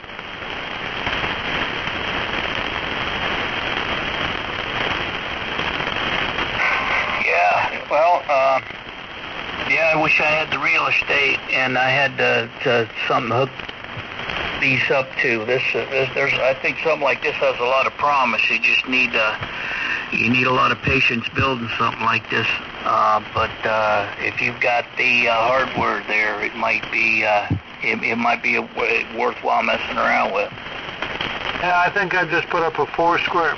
I just put up a 160 meter 4 square rather than this thing, but this would be really good, like on 20 meters over.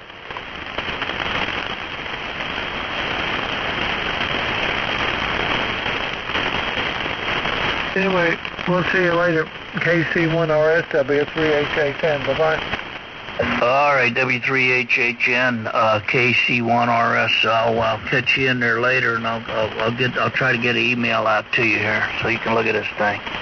Yeah, you can look at my QRZ page on my QRZ page and see my 4 square and see me sitting in a chair and stuff. See my ugly puss and how many grandkids I got and great grandkids and all that baloney that's over. QSL that, I'll have to give it a look. 73s, and I'll try to. I'll probably drop in here tomorrow, so we'll get caught up then. So have a good one, Tim. Good talking to you. Okay, bye bye. W3HHN clear, bye. KC1RS clear.